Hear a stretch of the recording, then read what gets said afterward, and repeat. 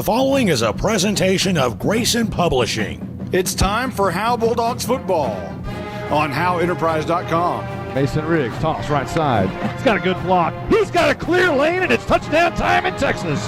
Handoff left side Griffin. He's got the 45. He's got the 40. Dragging him into the 38.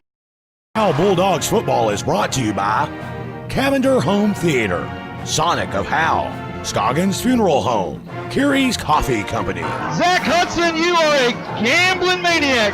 Howe Bulldog football is also brought to you in part by Tech Wave, Buck Snort Barbecue, Abby's Restaurant, Attorney Micah Belden, and the Howe Athletic Booster Club. So fourth down and Riverboat Gambler time at the 2-yard line. The Bulldog fans are on their feet.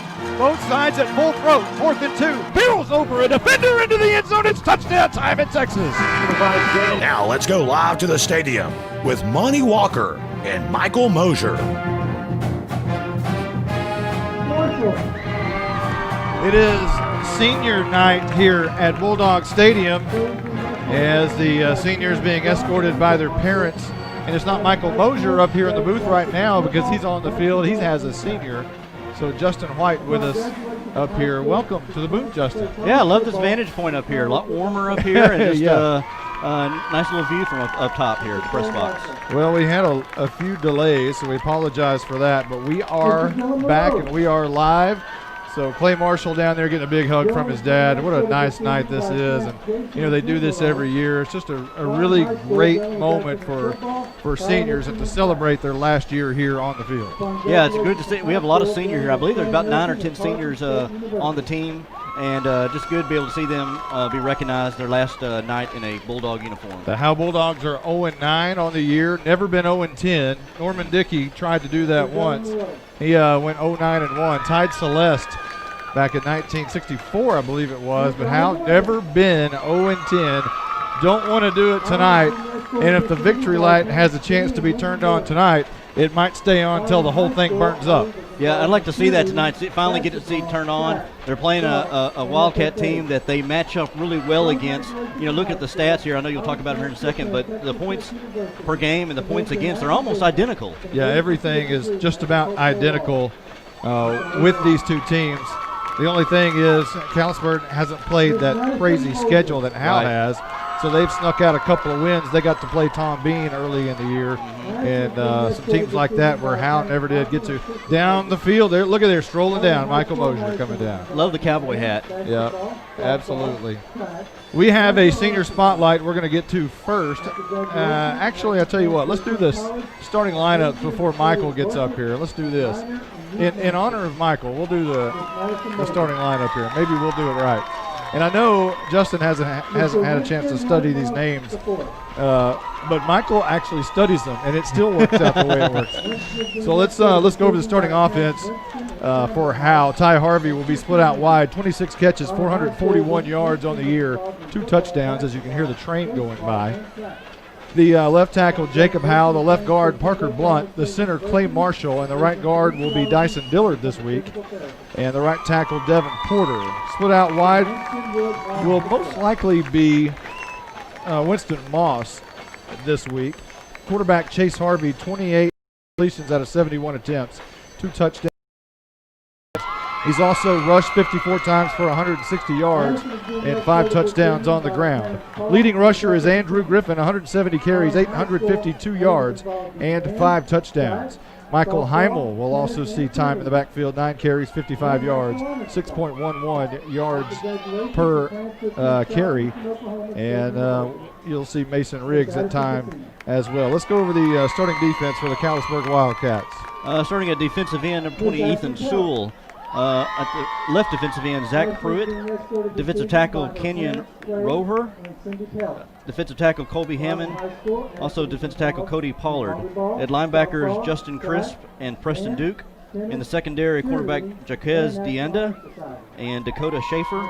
And free safety, Eli Parker. And at strong safety, Brandon Hudson. Why don't you go ahead and give us the starting offense for Callisburg, Zach Pruitt. Tight end, Brandon Hudson. Wide receiver, Preston Portese, left tackle Seth Baucom, left guard Victor Barton, center Tanner Chambers, Right guard, Colby Hammond. Right tackle, Cody Pollard. At quarterback, Sam Lewis. Running back, Eli Parker. Also running back, Justin Crisp. And kicking, Julian Diaz. The starting defense for the Howe Bulldogs, left defensive end, Cameron Blesseye and Chase Harvey. The right defensive tackle will be Dyson Dillard. And we'll see a new face in there tonight. Andrew Griffin, the linebackers. A linebacker along with Dylan Moreau and Winston Moss. Cade Courtney is out tonight, so we'll see another cornerback tonight. Chase Barnett, Riggs, and Ty. And when we do, it'll be close to football time in Texas. We'll be right back right after this word from our great sponsors.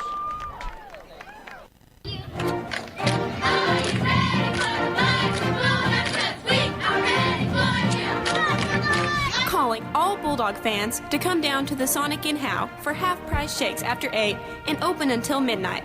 Home games only. Where you get great food and big smiles. And a little message for our Howe Bulldog football players. Go Bulldogs, fight Bulldogs, win, win, win. It's not just good, it's Sonic good. I'm attorney Micah Belden, an old-school black and white Howe Bulldog. In criminal defense, you need someone who fights like a bulldog. Call me now if you've been investigated, arrested, or charged with a crime in North Texas. My number is 903-744-4252. We'll set up a free consultation. You will find out that I'm rough, tough, and I can't get enough. I'm board certified in criminal law by the Texas Board of Legal Specialization, Principal Office, Sherman, Texas. Visit my website at shermancriminallawyer.com. Welcome to the Senior Spotlight, where each week we talk to a Howe Bulldog senior or two.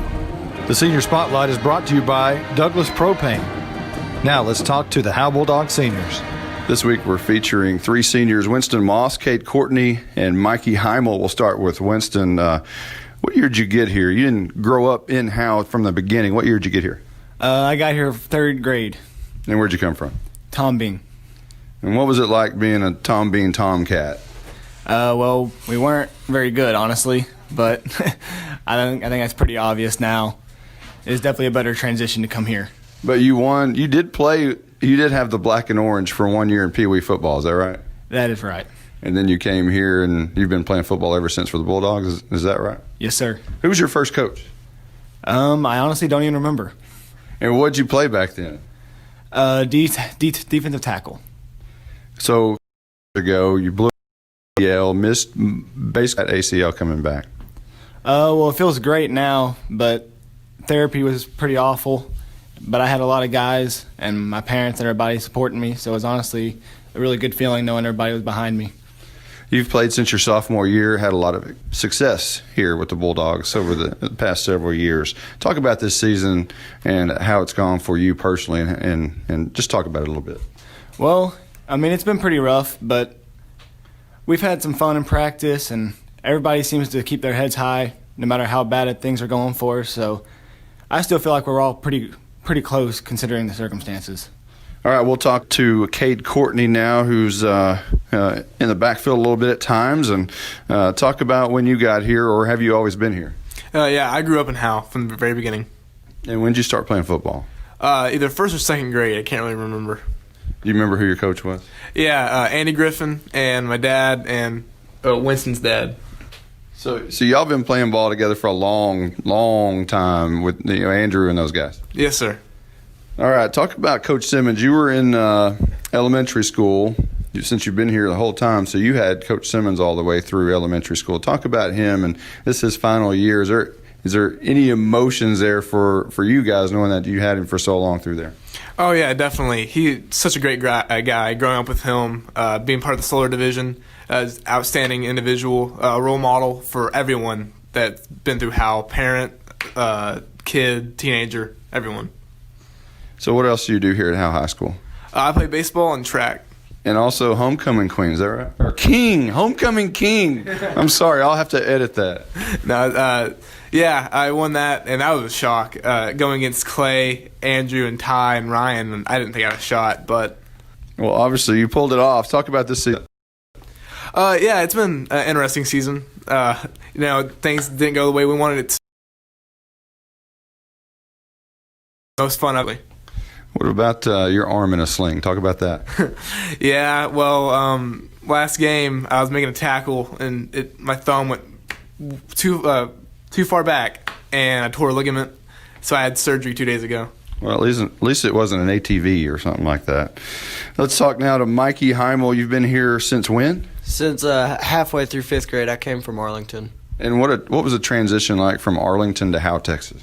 It was definitely smaller. It was weird knowing everybody like around town. Like you go anywhere and you know everyone. A month or two, it wasn't very long at all. It was just transitioning from big city to small town. And what else are you involved in here in Howe High School? I'm a power lifter, and I'm told I'm gonna do track. So are you, as far as powerlifting goes, what do you do? Bench? What do you do? I try to be an all-around guy. Last year I got 9th in state, and I got outstanding deadlifter at regionals, so I'd say probably deadlift is my best thing by far. So you're gonna bring home a title this year? I'm gonna do my best. We got Coach Fry, and he seems to really know what he's doing, so we're gonna work hard, and we're gonna see how that turns out. So last year, you think deadlifter, power lifter, and all that kind of stuff, that'd make a really great offensive lineman, and that's what you were for a very long time. Now you're not. Talk about that transition. It was interesting. I always wanted to be the guy that ran the ball or caught the ball or anything, but yeah, who doesn't? It caught me by surprise for sure, because I was always the little guy playing in a big boy world, so it was pretty interesting when I was playing with guys that were actually my size, and I was actually having to run and stuff, so it was interesting. So when did you get the call or notification that you were going to make the switch, and what were your feelings? It was Munster was my first game playing at slot, and I got told I was moving there from guard, and that was a big shock. He told me I was going to be a Z-back, and I wasn't quite sure what that was, but I got the classification. It's a slot back. So talk about the season so far. I know it's not gone the way you guys wanted it to, but there's a sense of brotherhood here, I'm sure, and talk about your teammates, and that's what you'll really remember, don't you think? Yeah, I'd say for sure. It's everybody on the team, we're like a family, and regardless of how our record shows it, we're always going to be together, and we're going to remember our season and how much fun we had together. That is the Senior Spotlight, and Howe Bulldog football will continue in a moment.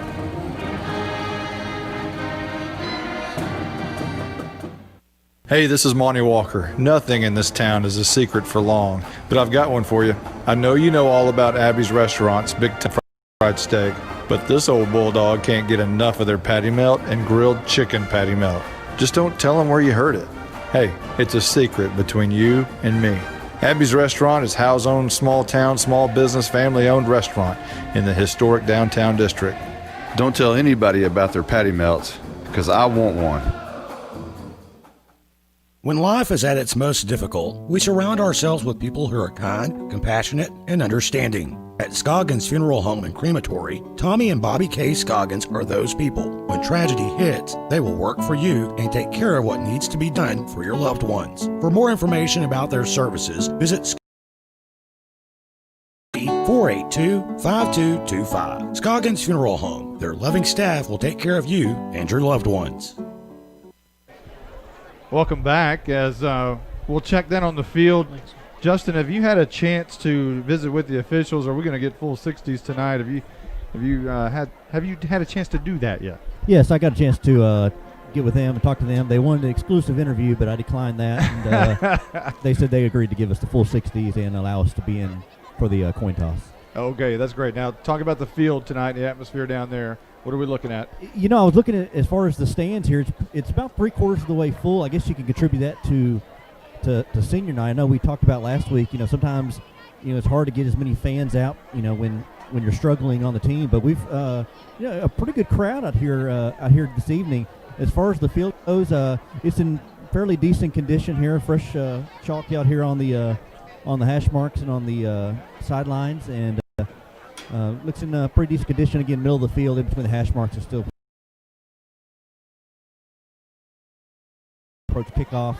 Should get down to about 49, 50 degrees by the end of the game, so it's going to be tough.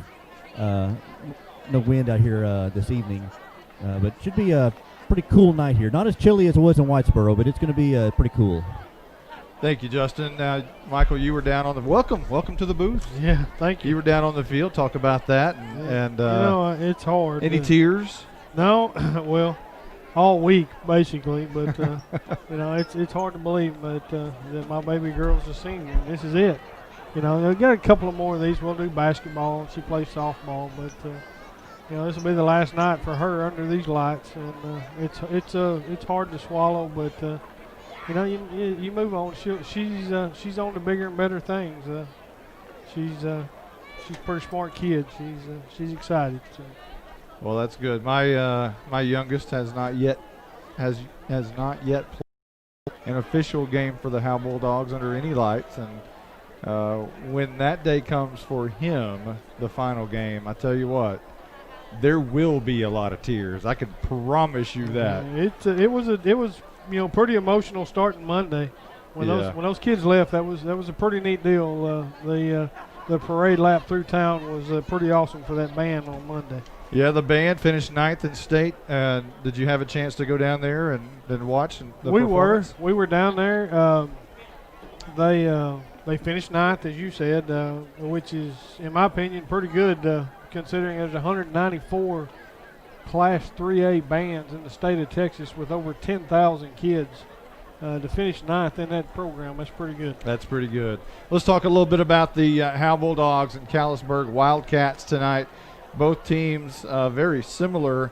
Howe 0-9 have played that really tough schedule. Both teams 0-4 in district. Whitesboro 1-8 coming in on the year. Got a win earlier in the season on the non-district schedule, obviously. But Callisburg. Who did I say? Whitesboro. I've been doing that all day. Okay, I got to mark that out. So Callisburg. So they're maroon. They're over there in the same county. Yeah. They look alike. Bearcats, Wildcats. Don't really know what either one of them are. But Howe has scored 113 points on the year. Callisburg 114. Here come your Howe Bulldogs.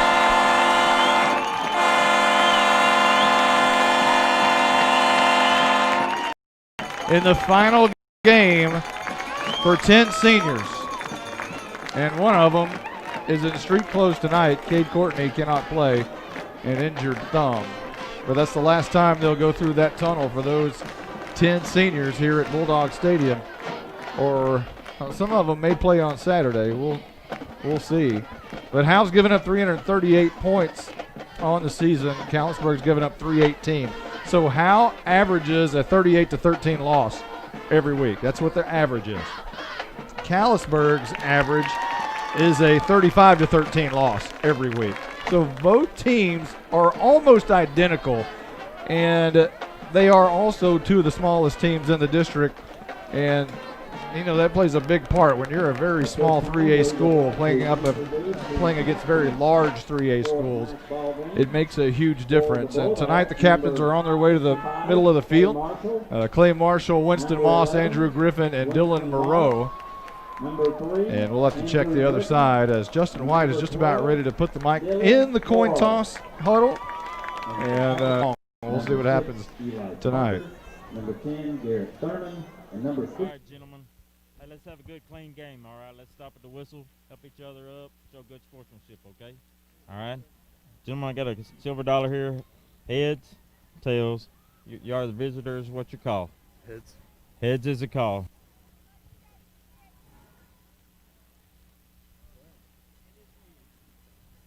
You ever won the toss? You want the ball? Okay, which end do you guys want to defend? We want to defend the scoreboard, sir.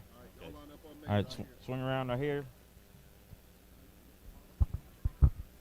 Callisburg won the toss and they want the ball. Okay, there you go. Callisburg won the toss. They want the ball. Howe will turn around and put their backs towards the south end zone. We'll be moving right to left to start the game, but Callisburg will get it first. And I did say Callisburg, right? Yes, sir. And Monty, I don't know if you noticed, we talked about kind of off air about the jerseys for both teams were being the dark color. It looks like Callisburg got the memo. They've changed to the home white jersey, or the away white jersey. Yeah, they had their under jerseys were the maroon style with the white sleeves. It looked kind of strange. I think we're about ready for the prayer and the national anthem here.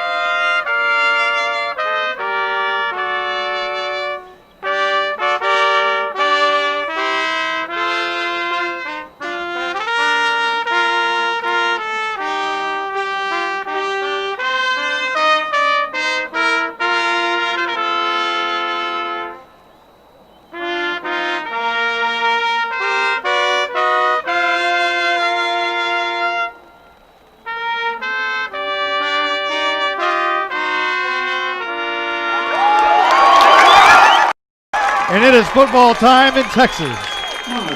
For the last time, 10 seniors are getting ready to strap it on for the last time. Looking for their first win of the season, the Howe Bulldogs 0-9. And again, facing a Callisburg team almost identical to them. Howe has rushed for 1,325 yards this season and has passed for 819. That's 2,144 yards combined on the season. That's 238 yards of offense per game for Howe. On defense, the Bulldogs are allowing 372 yards per game. That's 1,964 rushing yards and 1,382 passing yards for a total of 3,346. I talked to Coach Zagleski earlier in pregame and told him, hey, let's see some air tonight. And we'll see if we do. Hunter Cheatham ready to down hard to start the game. Immediately, Mason Riggs plummets the ball carrier, which was Eli Parker, and the Callisburg Wildcats will start at their own 41-yard line.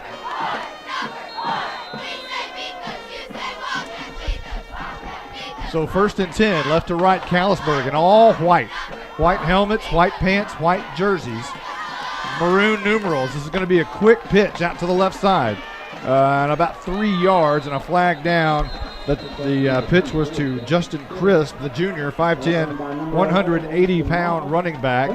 And the quick pitch to the left was good for maybe a yard, but the flag came in from the back judge. Yeah, brought down from behind by Andrew Griffin. It appears that this one may go against, well, they're talking to Coach Hudson. Yeah, they're going to push it back. It's against Callisburg. So instead of giving up the down, they'll go ahead and push it back 10 yards. It'll be 1st down and 10, which will send Callisburg back to their own 31 drive. Braswell, our spotter. So let me change this over now that the game has started. We are in the first quarter, no score. In Howe, Texas, 1st and 10. 2 men in the backfield, 2 wide receivers, a handoff, quick hitter right up the middle. Nothing doing, maybe a yard or two. And on the carry for Callisburg is Dakota Schaefer, 5'10", 150 pounds, and that one was brought down quickly. Yeah, it was met hard in the backfield by Winston Moss. So 2nd down, and well, they'll give him. Well, let's see. Where they caught the ball there? 34-yard line. Around the left edge, Winston Moss, and now a late flag comes in after the play. And Moss made a great stop, but I believe there might be a personal foul right after that. Well, he turned him back inside, and he was met hard there. Personal foul against Howe. So you're going to have to calm it down a little bit in your last game. Don't make dumb penalties. You had the Wildcats trapped deep in their way back in their own territory and on a 3rd down situation, and now that's going to push it up, and it's going to be a 1st down. Coach Hudson didn't even argue that call. He was getting after one of his players who committed that personal foul, so apparently it was pretty blatant. Well, that's a very costly penalty to start this game, and now the Wildcats have it near midfield at the 49-yard line. Pistol, this is going to be a pass over the middle, caught, brought down, another 1st down. It was caught by the receiver, Brandon Hudson, and that one's good for about 11 yards to the personal foul. And now, that's kind of been the theme of the year. You get momentum, and just when things look great, a penalty happens. And that's what happened here. 1st and 10, left to right, Callisburg in the gun, fumble, and the quarterback goes right down to the knee just to cover it up. That's Sam Lewis, the quarterback. Mr. Lewis is a senior, 5'10", 175. A lot of these Callisburg players are playing their final game tonight too. No playoffs for either team. No week 11. Both sides of the field are pretty lean. They got kids coming, I hope. And here come The Wildcats with a man in motion. Lewis, bat snap again. This time he picks it up, throws it down the field. It's going to be intercepted by Ty Harvey. On the far side, he picked it off at the 35, and there's Sigleski. That pass went right straight to Ty Harvey. Boy, it didn't take long to see Sigleski tonight. 1st and 10 for Howe, turning around, moving the other way at the 36. There's 9:41 on the clock here in the first quarter. We are just underway, and Howe's going to take the ball for the first time. Interception, Harvey.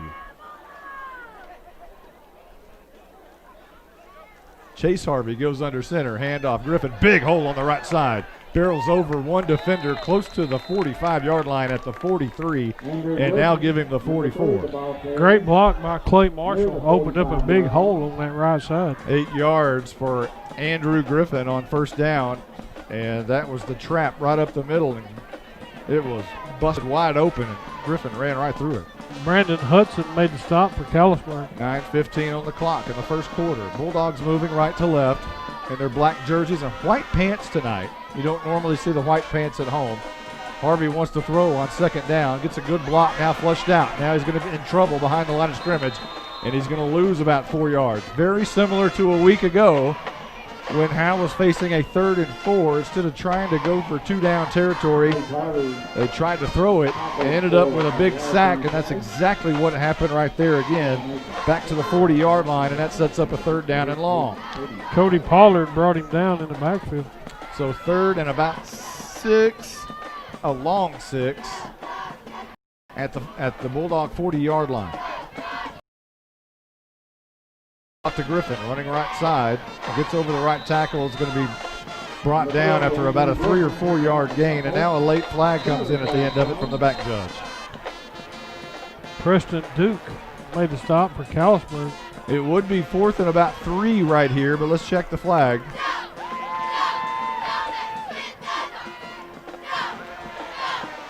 It's going to be against Howe. They're talking to the Callisburg officials. Face mask. Oh, no, it's against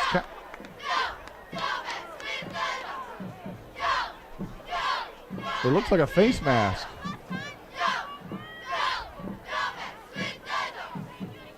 Personal foul, face mask, Callisburg. Well, that's a big penalty.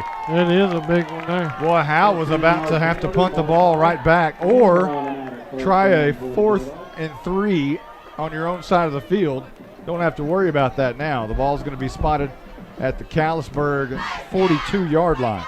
Both teams help out the other with a personal foul on each side of the ball. I don't know what teams do that are 2 and 8 or 1 and 8.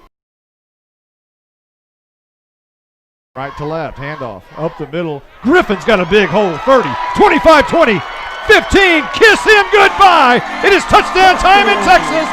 Andrew Griffin, 41 yards. And the Bulldogs are on the board with 8:02 on the clock in the first. It's senior night, and the senior just busted one. Great blocking by Clay Marshall and Jacob Howe on that right side. And made that big hole for Andrew to run right up through.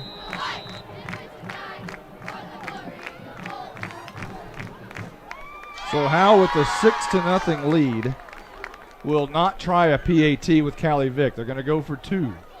And Harvey will go under center. Only Griffin in the backfield.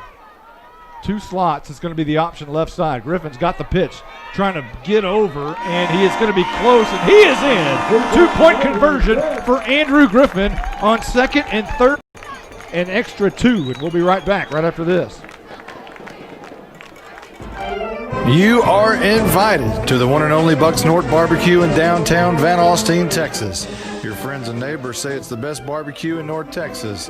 Now it's your turn to decide.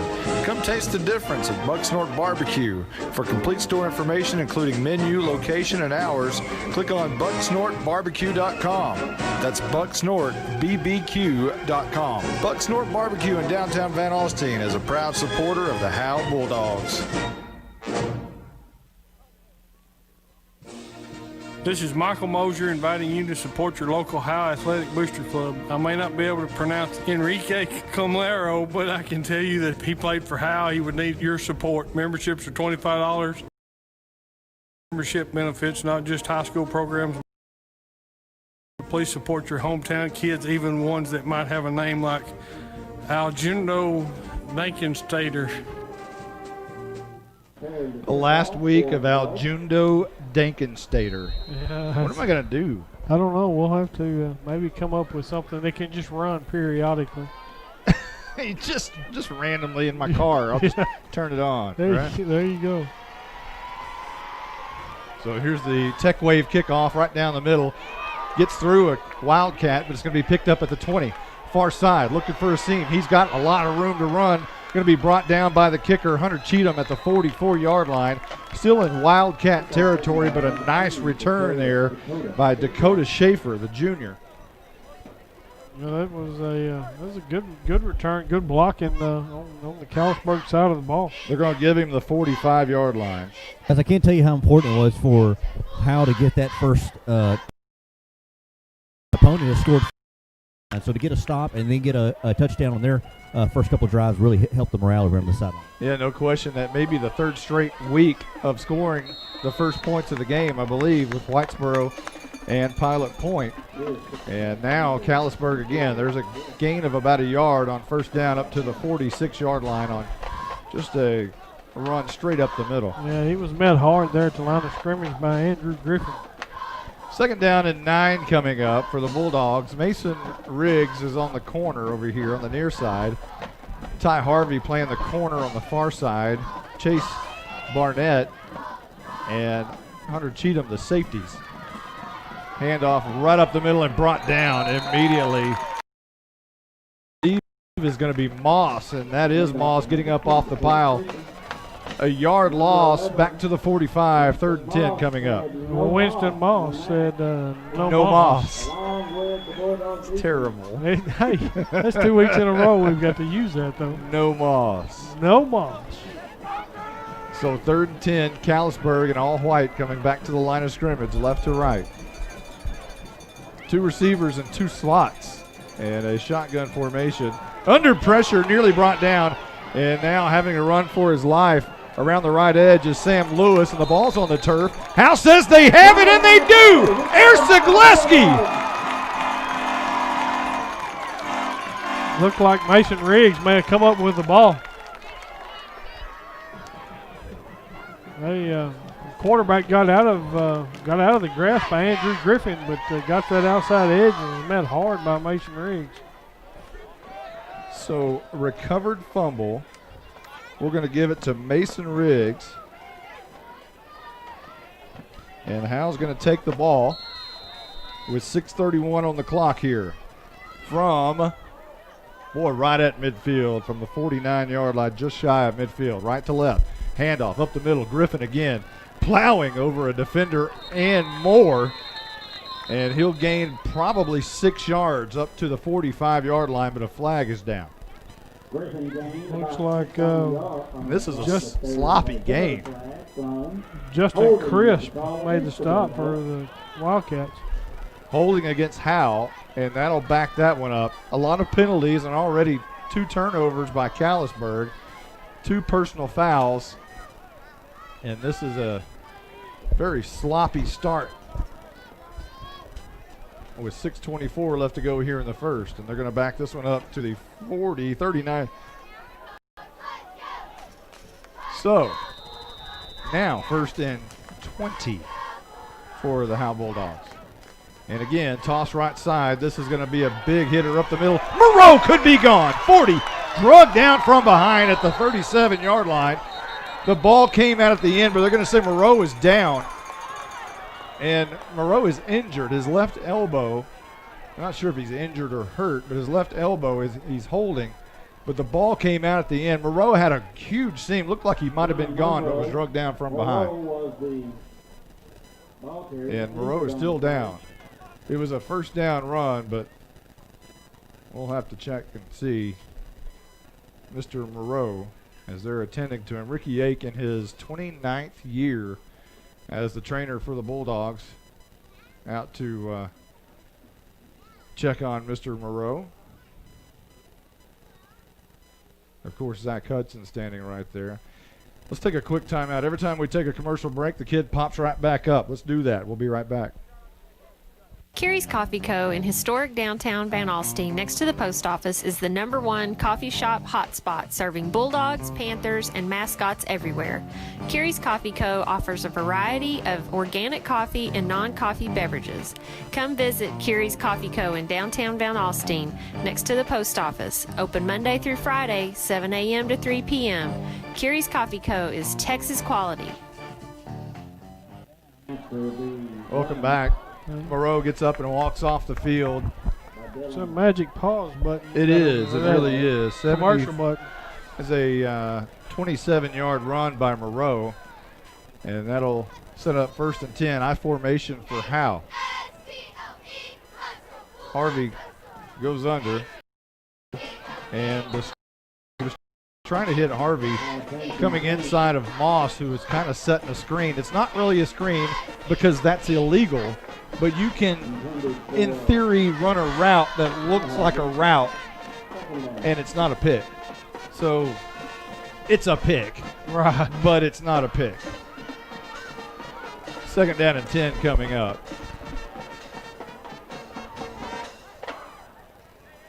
And Harvey will be split out wide to the right, and Mason Riggs split out wide to the near side. Howe moving right to left. Harvey's going to go under center, chase Harvey. In an offset I formation. This is going to be a toss to Andrew Griffin. Right side, around the edge, trying to find a seam. Shoestring tackled after about a 3-yard gain. 3rd and long coming up from about the 30-yard line. Got a 4-yard gain on the sweep.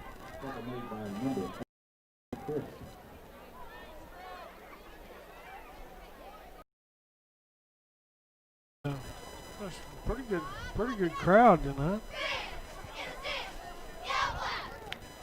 5:23 on the clock. Here's a handoff to Griffin on the quick hitter left side, and he bangs his way across the 25 to the 23-yard line, close to a 1st down, maybe about a yard short. It's 4th down, but this is well within range to go for it. This is not even worthy of calling Riverboat Gambler. This is automatic. This is like a really penny slot at Choctaw. This is a routine 4th down for Coach Hudson. Yeah, absolutely. Ball's going to be spotted at about the 25-yard line. Brandon Hudson made the stop catch just a second ago. And Harvey likes to keep it in this area, and he's going to toss to Griffin. Fighting, still churning, going to be close. I'm not sure he got it. I don't think he got it. He gave a second effort there after the first initial hit, but I think they stopped him short, guys. Yeah, that's going to be, it looks as if a turnover on downs, and it is. The officials do signal the other way. You know, you've seen Harvey pick that up a lot, just going right over the left tackle. Instead, they turned around, tossed it, and Griffin had to get back to the line of scrimmage. Yeah, it looked like he may have tripped up just a little there on that handoff. I don't know if he got his feet tangled with somebody's or. So 4:29 on the 1st quarter clock. Howe leading 8-0. And Callisburg now has it from their own 21. Here's a pass that's going to be caught, and that's going to be another 1st down. Winston Moss made the stop for the Bulldogs. So the ball now spotted after the 1st down catch. Ooh, it's close to a 1st down. They're going to spot the ball at the 35.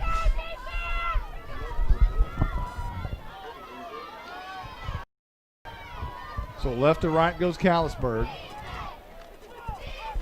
Split out wide to the near side is going to be Preston Portesti. Is that right? Portesti. This is going to be almost intercepted. The pass was thrown out to Harvey again, and this time Harvey almost came up with it. And he had to go down to make the catch, but it falls incomplete as he trapped it and then rolled, and the ball stayed where it was when he rolled. That's incomplete. 2nd down and 10 coming up. Yeah, that pesky blade of grass over there. So from their own 35-yard line, Lewis has already thrown an interception to Ty Harvey. That would have been his 2nd.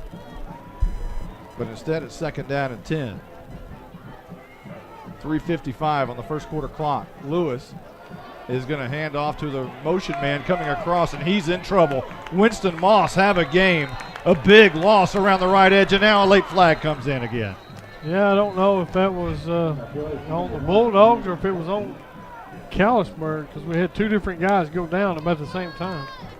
So it's going to be a personal foul against Howe. Boy, when you make a great play, you have to stop. You just can't keep going. I understand it's your last game, and I understand you're pumped.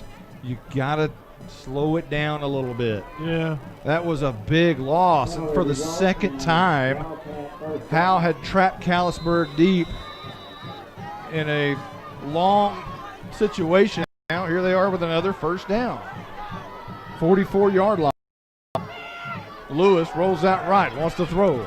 Down the right side, it's going to be caught at the 50, makes a move, and is finally brought down at the 45-yard line. Another first down, and it was caught by the receiver, Eli Parker. Chase Barnett in on the stop for the Bulldogs. So Howe now has given Callisburg territory over on their side of the field at the 45. Howe needs a big stop here. This is about where Harvey picked it off on the first possession. And now they go trips to the left. Three receivers on the far side. One over here on the near side. It's going to be a handoff left side. In trouble again. Behind the line of scrimmage and brought down. No flag after a 7-yard loss. Looks like there may be one on the 45. Oh, great. Yeah, right there, about the 45. Personal foul, face mask against Howe. Wow. Personal foul, face mask called against the Bulldogs. I have no words. I guess the kids are going to have to adjust to this. They got to know that the officials are going to be calling this pretty tight, and you just got to be a lot more disciplined with your hands when you make those tackles. So now this puts the ball all the way to the 30 in Howe territory after the personal foul. 3 personal fouls against Howe.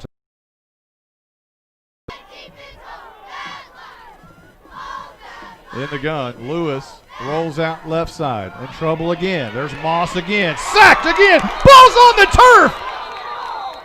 Howe had a great chance to recover it, but coming up with the football, I believe, is Callisburg, or did they? Devin Porter come up with it, but I think they're going to say he was down. They're calling him down, guys. All right, so a big loss back to the 44-yard line, a 14-yard loss on the sack. And I'm telling you what, when they drop back to pass, they are not picking up the defensive ends. No, Winston Moss is coming untouched. Like a heat-sinking missile on every play they drop back. Second down and 25 for Callisburg, who keeps moving backwards, and now they move backwards again as they jump off sides. The two receivers on the 30 with the ball near midfield. I'm not real sure this side judge and this back judge are throwing the flags at each other. You know, hey, I think they might be getting commission tonight. They may be. You get a flat fee of $50, and it's $5 a flag. Yeah, there was 2 of them come out on that one. They're getting a good shoulder workout for sure. Good arm workout here from throwing these flags. You know, we had that last year. Yeah. Or was it earlier this year? No, it was last year. We had a lot of flags in the game. Yeah, 3rd and 30 here. Callisburg drops straight back, looks to set up the middle screen, and it's going to be one hopped and incomplete. Trying to hit the receiver, Brandon Hudson, and that'll bring up now a 3rd and 30. You know, and Howe's got to be frustrated with all these personal foul penalties, but Callisburg's got to be really frustrated as well as not picking up any blocks around the edge and losing big yardage. Right, pass was broken up by Mason Riggs, and again Winston Moss was in pursuit. So here we go with 3rd and 30 with 2 receivers on each side.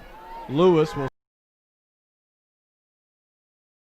gets it. Now he's under pressure by Andrew Griffin, throws it away, and it's almost caught out of bounds by Elvington. Elvington, he missed it. The official went to his back to keep from getting hit in the face.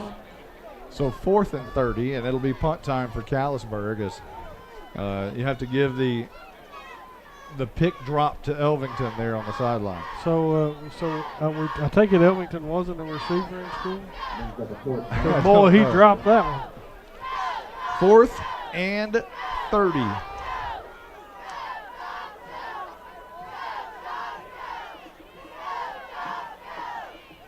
And back in punt position is going to be Luis Vasquez, and he'll punt it right out of bounds, and Elvington has no chance to catch that one. Down the field, a short punt, and it looks like Howe's going to be able to take the ball somewhere near their own 30-yard line, and I believe that's where they'll spot it, at the 30. So 1:42 left on the first quarter clock. Howe's going to have it at their own 30, moving right to left. And hopefully for the Bulldogs, there won't be any penalties here, any fumbles or anything like that. As Bulldogs, when they are not beating themselves, have been driving right down the field. And they'll send 2 receivers near side, which is Dylan Moreau back in the game. That's good to see. And Mason Riggs near side. This will be a handoff. Griffin straight up the middle, jumps over the defensive lineman, but only gets about 2 yards up to the 32. Looks like Preston Duke tripped him up. Justin, I'd be interested to know how Coach Hudson is handling all these penalties. Believe it or not, I think he's just trying to stay focused and still coach the team and try not to get mixed up with all the penalties. 2nd down and 8. We're nearing the end of the first quarter, 1:10, and it is rolling. 2nd down and long here. Harvey wants to throw right side, caught by Harvey, close to a first down, and it is caught at the 38-yard line. Harvey to Harvey on the quick end. Callisburg receiver defense is hollering he didn't catch the ball, but I think it's to no avail. So they'll say it's incomplete. They talked their way out of it. How did the line judge on this side overrule the guy who was right there? I'm not real sure. So they'll say it's incomplete, which will bring it back to the 2-yard line, which makes it 3rd and 8.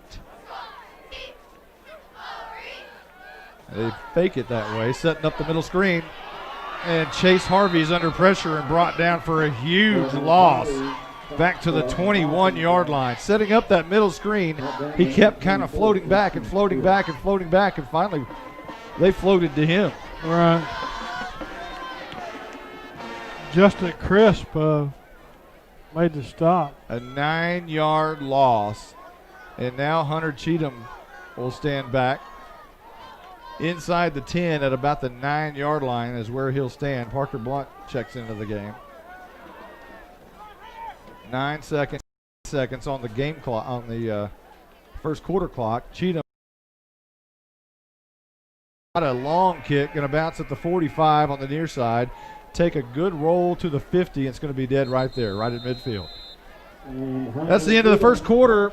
Howe is on top, 8-0, just like a week ago. We'll be back right after this. Alexa, turn to HGTV. Tune into HGTV on Dish. This is Fixer Upper. It may be a gadget, but it sure is fun. You can change channels and search movie titles easier than ever with Alexa. The best part? It's free from Cavender Home Theater. Alexa, why wouldn't everybody have Dish from Cavender's? I don't know that one. Don't be left out. Call Cavender Home Theater today or go to CavenderTV.com. A word from Douglas Propane. Working at Douglas, you are a member of the family. You do get to see Brad and Diane and the members of the family. We've just entered into our 3rd generation of the family. Whitney has joined as credit manager. You're in there with the family, and they treat you as such. Appreciate customer base in Howe and surrounding communities, and go Bulldogs. Have a great year. Welcome back. 1st and 10, right to left. As Callisburg will start the very first play of the second quarter here. And all white with maroon trim. 1st and 10. And Lewis hands off right up the middle, sneaking through and getting a few yards up the middle is Justin Crisp for about maybe 5 to the 45-yard line. They'll call it at the 44. Now they're going to give it 45 now.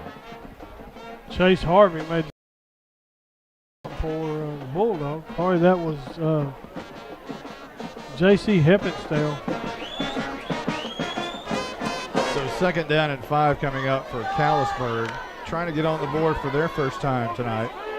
Again, it's senior night at Bulldog Stadium. And this will be a handoff over left tackle.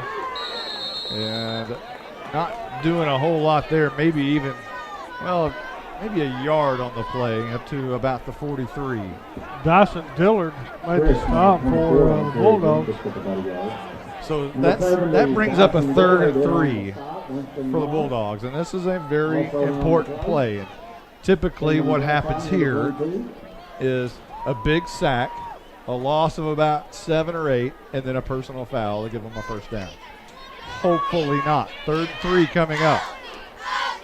Right to left in all white. Callisburg shotgun formation. Looks to throw across the middle. It's going to be incomplete. Bumping and grinding going on with Mason Riggs, but he was going for the ball. Also going for the ball was Eli Parker, and a great job of coverage there, and it'll bring up 4th down. The quarterback had a face full of Clay Marshall. Having to rush to get that pass off. It looks as if they are bringing a lot of new guys in, and it looks like they may be punting it. As Lewis drops back just a little bit further than normal in the shotgun.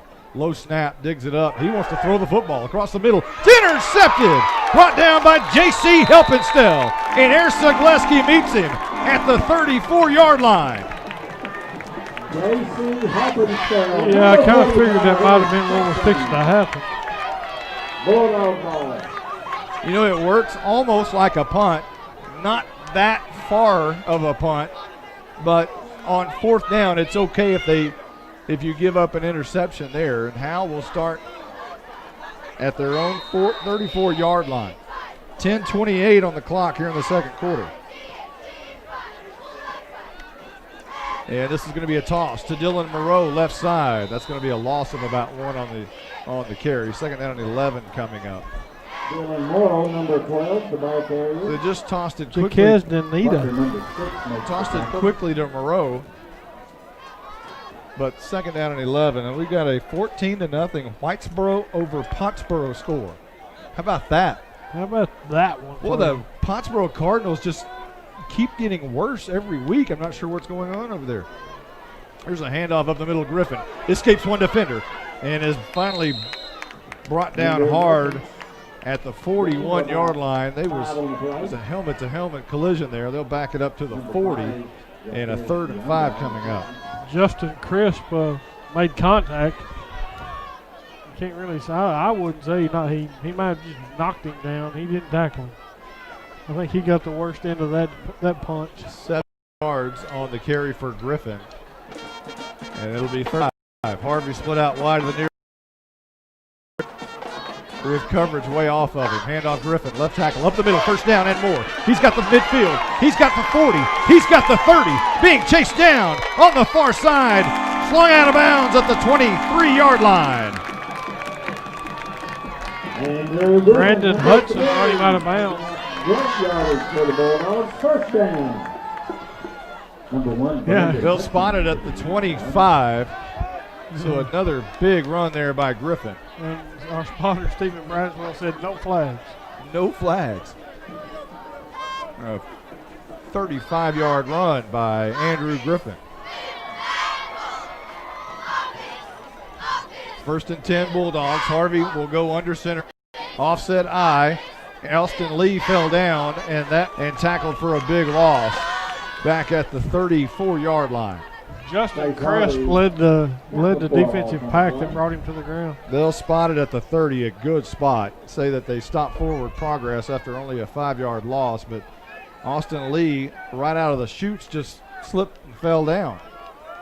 Therefore, Harvey had no one to give it to, and he just kind of, when he didn't hand it off, he was swallowed up by that defensive front.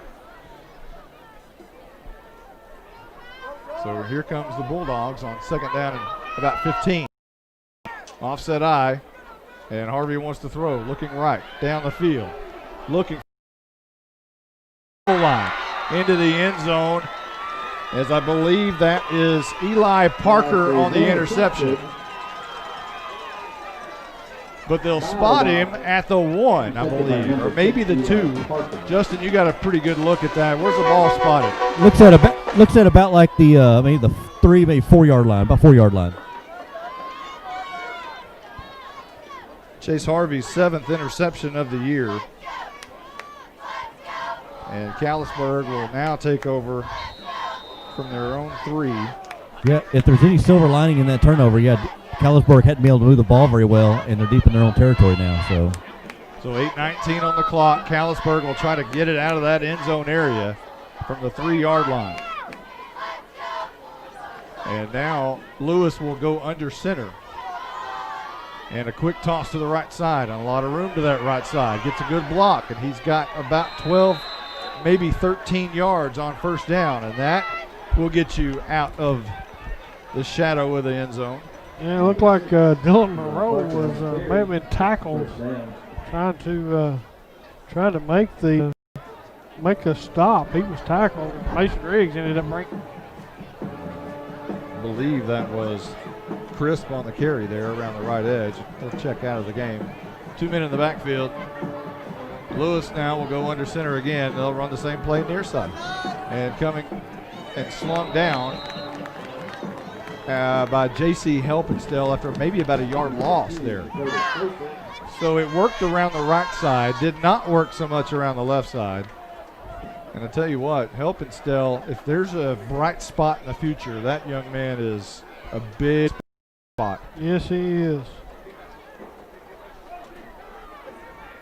So second down and 11. Lewis under center, 2 men in the backfield. They're going to fake the hand, and he's going to be swarmed and swallowed inside the 15 to about the 14-yard line.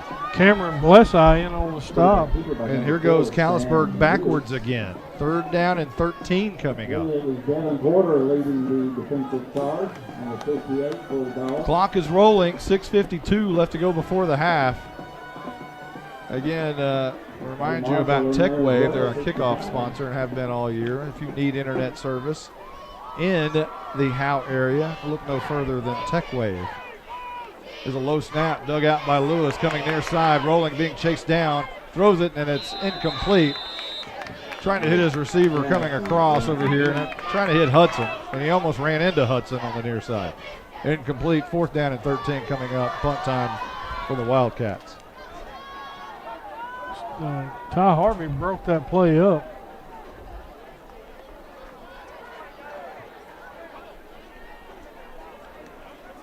So Andrew Griffin now will drop back near the 50-yard line to return this one. Vasquez to punt it away. It's a high, wobbly kick. Griffin's going to let it roll. It bounces about 7 yards in front of him and killed right there at the Callisburg 43-yard line. So like no damage done there on the interception. Preston Portisi downed that ball. 6:23 on the second quarter clock. 1st and 10 for Howe. In good field position inside Callisburg territory at the 43-yard line. On the far side, way up at the top. Offset I formation as Harvey's going to hand off to Griffin up the middle again, and he bangs through for nearly 10 yards, and it might be 10 yards. Griffin is running rampant tonight up the middle, and those trap blocks are working great tonight. 9 yards. Marquez Donata in on the stop. 21-0 Whitesboro over Pottsboro now. Yeah, Pottsboro, for some reason, they're just struggling. And that could mean that Van Alstyne Panthers would be your district champions. Harvey on 3rd and 1 is going to keep it himself, and he's going to get the first down. pretty easily up to about the 32-yard line. Looks like Van Alstyne on top of Pilot Point, 8-3. Yeah, that one early, 8-3. And now they're going to give him the first down. They'll go ahead and spot it and move it. You know, I've been watching Clay Marshall and Preston Duke. They seem to not be getting along tonight very well. That's on that little matchup. Howe taking a lot of time here getting the play call in. Play clock is at 6, now 5. They snap it, hand off Griffin up the middle, and he'll churn for 9 more. And I'll tell you what, at this point, it's just hand off to Griffin. You know, every first down, hand off to Griffin. Yeah. Up the middle, you get about 8 yards, 9 yards. This one they're going to spot at the 25, so that one is 7 yards. Cameron Crisp made a stop for Callisburg. Yeah, I think Clay's getting the best of that middle linebacker, and he's not liking it very much. Offset I formation. Harvey is going to hand off to Griffin, coming back on the misdirection from one side to the other, and it looks like enough for a first down. If not, it's going to be very close at the 22-yard line. Good for 3 yards, needed 3, but it looks like it's going to be just a little bit short of the first. Preston Duke made the stop. So Harvey's going to have to sneak it again, apparently. This is 2-down territory, unless you pass it and get sacked. But yes, this is 2-down territory. Going to have. And with 4:39 on the clock here in the second, Coach Hudson's going to call for a measurement. So it's all the way on the near side, so the chains have to come all the way across the field. Just out the call. Justin says first down. What is it? What is it? It's going to be close. Boy, they're looking at it. I think it's going to be short. And I mean, when I say about a half inch, they're making sure the chain's not drawn tight. I mean, it is real short. Well, it's less than that, Mr. Tidwell. The 3rd millimeter. They turned the referee looked at the press box with both hands right together. So they're going to mark the ball now. It's literally about 2 chain links. 2 chain links. Our spotter or our sideline guy says 2 chain links. What do you call here? I let Harvey keep it, and I let Andrew push. I think that's a good call. Regardless, it's only 3rd down, so unless something disastrous happens, you'll have another shot to do it again. So here come the Bulldogs. And Harvey is going to hand off. Griffin, right side, chugging forward. Got it. I think he's got it. Justin?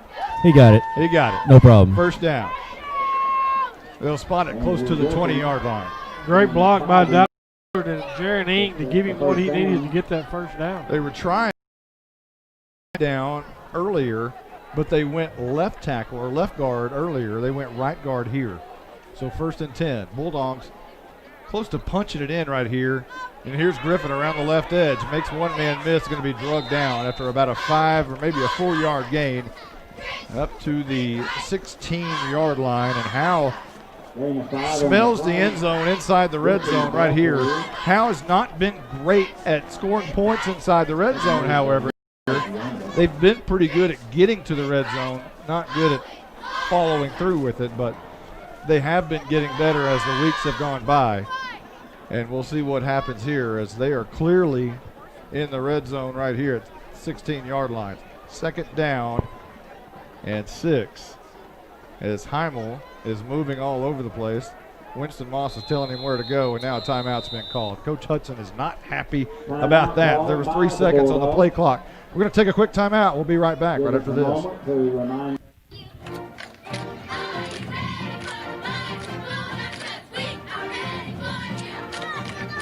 Calling all Bulldog fans to come down to the Sonic in Howe for half-price shakes after 8 and open until midnight. Home games only. where you get great food and big smiles, and a little message for our Howe Bulldog football players. Go Bulldogs, fight Bulldogs, win, win, win. It's not just good, it's Sonic good. I'm attorney Micah Belden, an old school black and white Howe Bulldog. In criminal defense, you need someone who fights like a bulldog. Call me now if you've been investigated, arrested, or charged with a crime in North Texas. My number is 903-744-4252. Set up a free consultation. You will find out that I'm rough, tough, I can't get enough. Board of Legal Specialization, Principal Office, Sherman, Texas. Visit my website at shermancriminallawyer.com. Hey, this is. Hey, this is. Hey, this is. Second down and 6. I think you timed that just right every time. Yeah, almost. Heimel goes in motion, and they'll give it to Griffin up the middle, and he'll surge for about 3, maybe 4, maybe 5, setting up a third and very short again. And that's what Howe do. Preston Duke made the stop for Callisburg.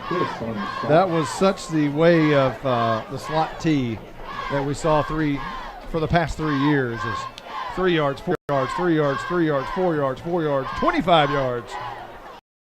Setting up third and shorts, fourth and shorts. It's going to be a handoff. Mikey Heimel left side. He's got the 5. He's going to be close. But they will spot him right there at about the 5-yard line. Heimel has some quickness around that edge.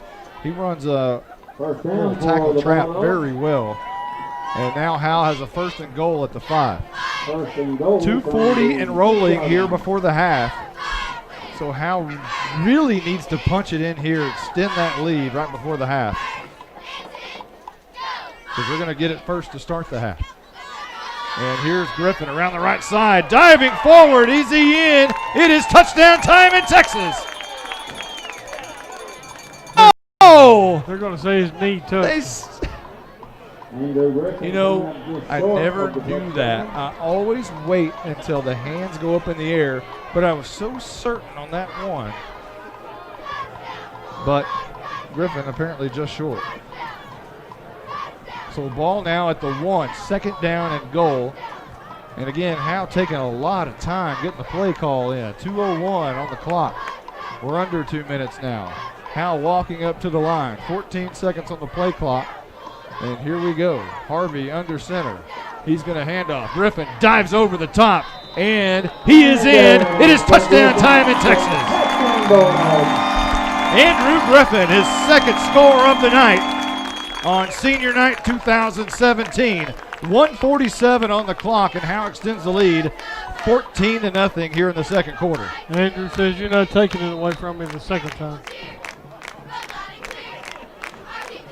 1 yard touchdown by Griffin. So he scored from 1, and he scored from 41 tonight. So let's change it over. It's 14-0, and 2-point conversion time. Harvey wants to throw it backside. Heimel makes the catch, but he's not in. It'll be no good, and Howe will maintain their 14-0 lead with 1:47 left to go before the half. We'll be right back right after this. Monty Walker, nothing in this town is a secret for long, but I've got one for you. I know you know all about Abby's Restaurant's big-time chicken fried steak, but this old bulldog can't get enough of their patty melt and grilled chicken patty melt. Just don't tell them where you heard it. Hey, it's a secret between you and me. Abby's Restaurant is Howe's own small-town, small business, family-owned restaurant in the historic downtown district. Don't tell anybody about their patty melts. We surround ourselves with people who are kind, compassionate, and understanding. At Scoggins Funeral Home and Crematory, Tommy and Bobby K. Scoggins are those people. When tragedy hits, they will work for you and take care of what needs to be done for your loved ones. For more information about their services, visit ScogginsFuneralHome.com or call them at 903-482-5225. Scoggins Funeral Home. Their loving staff will take care of you and your loved ones. We're ready for the Tech Wave kickoff as Howe just scored on a 10-play, 43-yard drive, capped off by a 1-yard touchdown by Andrew Griffin. 1:47 left to go here in the second quarter, and Cheatham will have a kind of an onside kick, squib kick, goes out of bounds. And Callisburg's going to have Great field position with not much time to work with, 1:47 to be exact. And they'll spot the ball at about the 44-yard line, just shy of midfield. Yeah, I don't think Coach Hudson was very happy with that call there. Now they move it on the other side to the 49-yard line. He's pulling out all the stops here tonight, going for two, kicking onside kicks. Nothing to lose here, gets here tonight. Nothing to lose at all. You're exactly right. 1st and 10.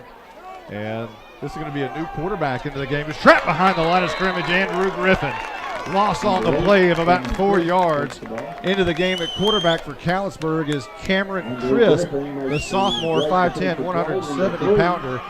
And Griffin brought him down right around that right side of the offensive line. 1:26 and rolling here before the half. I'm going to assume that Cameron Crisp is maybe his brother Justin Crisp, but he missed his block and he knew it. Andrew made the stop. 2nd down and 14 coming up for the Wildcats. And this will be a keeper around the left edge, and JC helping still. He is right there to bring it down for another loss. And here goes Callisburg backwards again. Parker Blunt will check in for Dyson Dillard and Devin Porter. Make sure you got 11 out there, Stephen Braswell. I got 11. All right. I saw one come in and 2 come out. 3rd down and long. 3rd down and about 16 for the Wildcats as they're just letting the clock roll. I'm surprised Howe didn't take some timeouts there. 28 seconds.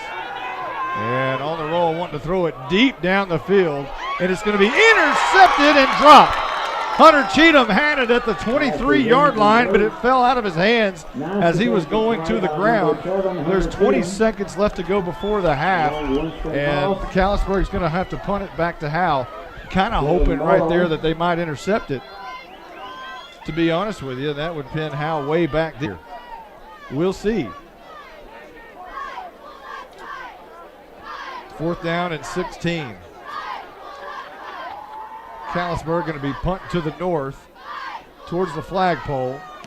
It's a spiraling kick. Going to get a good bounce here. It's going to go along the right edge and go out of bounds. Right about the same spot Hunter Cheatham dropped the interception. So about a net on that. Only thing it cost the Bulldogs is about 9 seconds. So a punt there. Boy, they went backwards. With 11 seconds remaining in the first half. 11 seconds left to go before the half. Howe has it at their own 27-yard line. And this is going to be a keeper up the middle. Harvey is going to fight forward for 2, 3, 4, 5, 6, 7, 8, 9. As Harvey never quit churning his feet. That one's probably going to be a first down or very close, but it doesn't matter.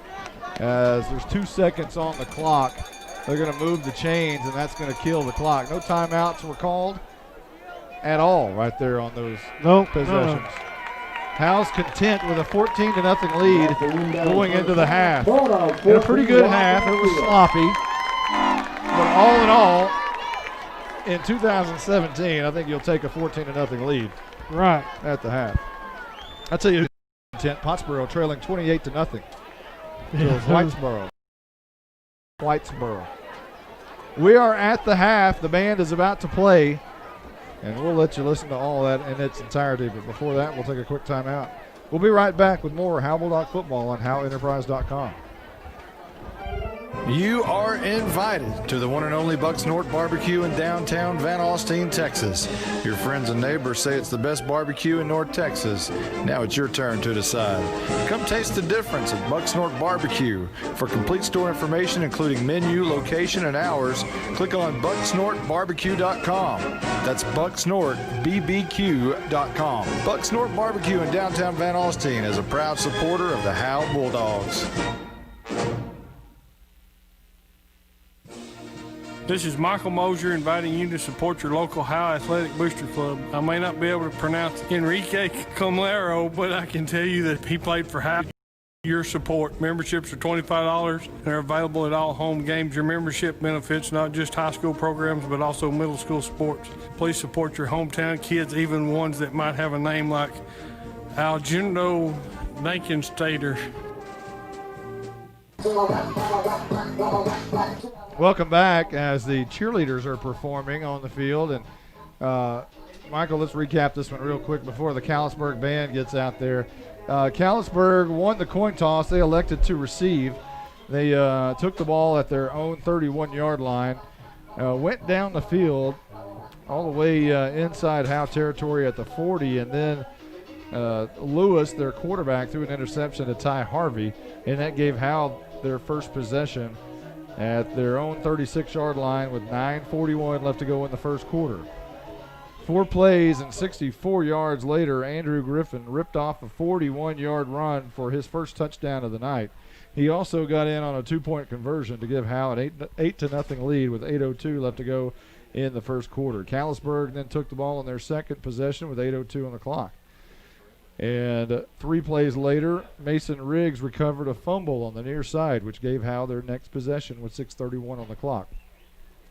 Howe got it at the 39, drove down the field, but turned it over on downs on a 4th down play. Callisburg took the ball. They drove all the way down the field and had to punt after about a 9-play drive.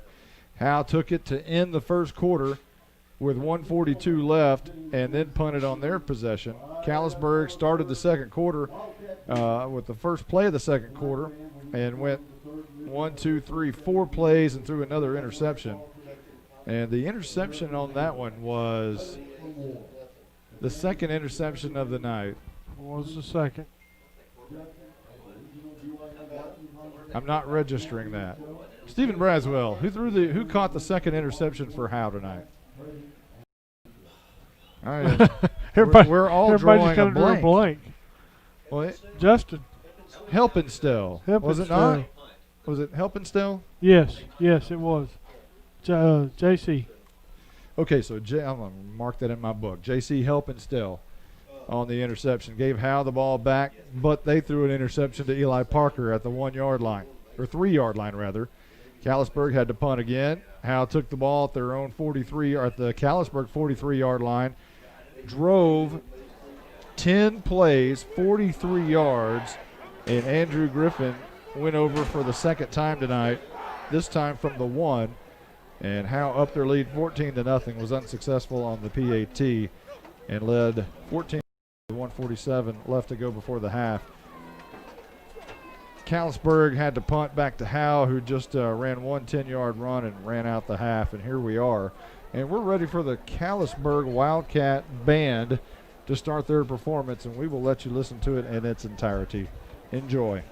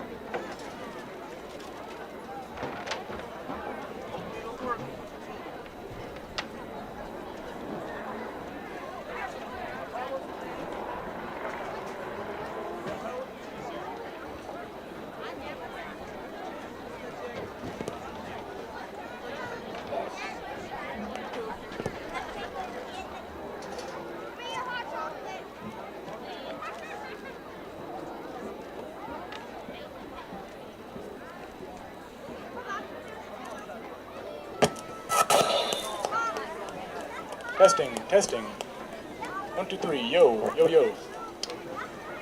I think Callisburg may have to punt here on their band. Oh, here they go. Here we go. We'll let you listen to it.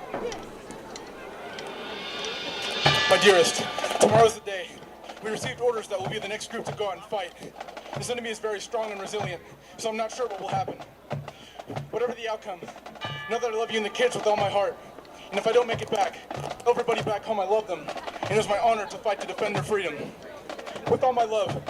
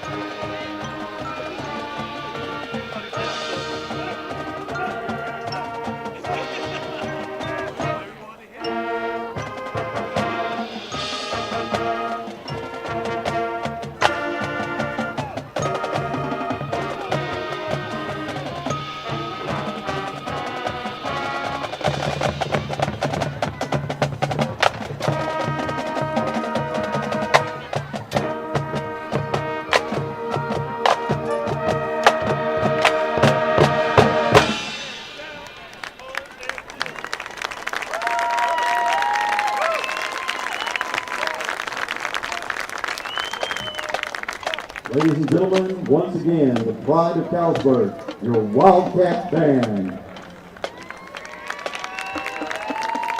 Also from Callisburg fans, your Lady Wildcats volleyball are advancing to the regional finals tomorrow at 2 o'clock.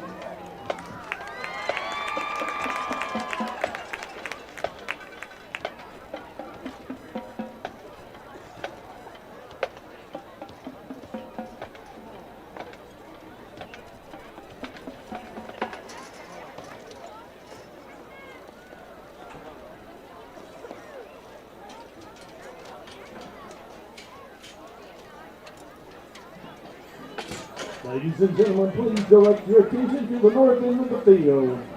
Direct from the finals at the Texas State Marching Contest. Dr. Ted Abbott and Teppy, the Wonder Lizard, present the Pride of Howe Marching Band.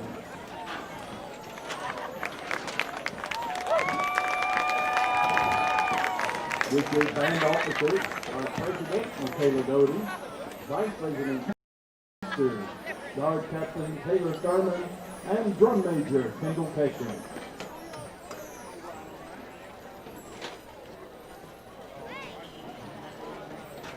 Each week, the band officers and directors recognize 2 students for their outstanding efforts.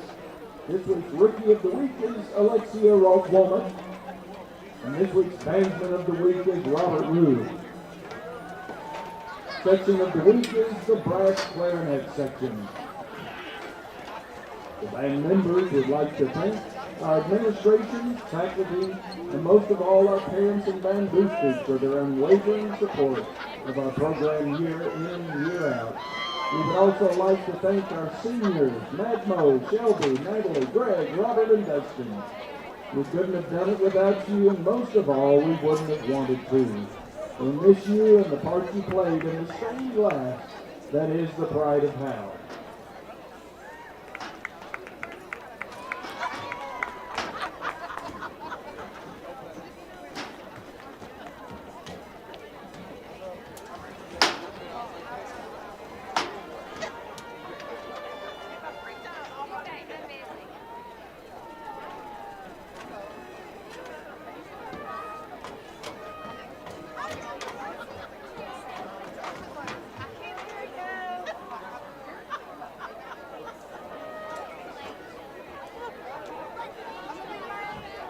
Tonight, the band will perform their state finals UIL contest show, Stained Glass. Guard soloists are Taylor Thurman, Grace Jones, and Natalie Sloan. Instrumental soloists are Greg Snyder, Michaela Doty, Jordan Griffin, Dawson Mitchell, and Josiah Argana. Drum Major Kendall Catching, is your band ready?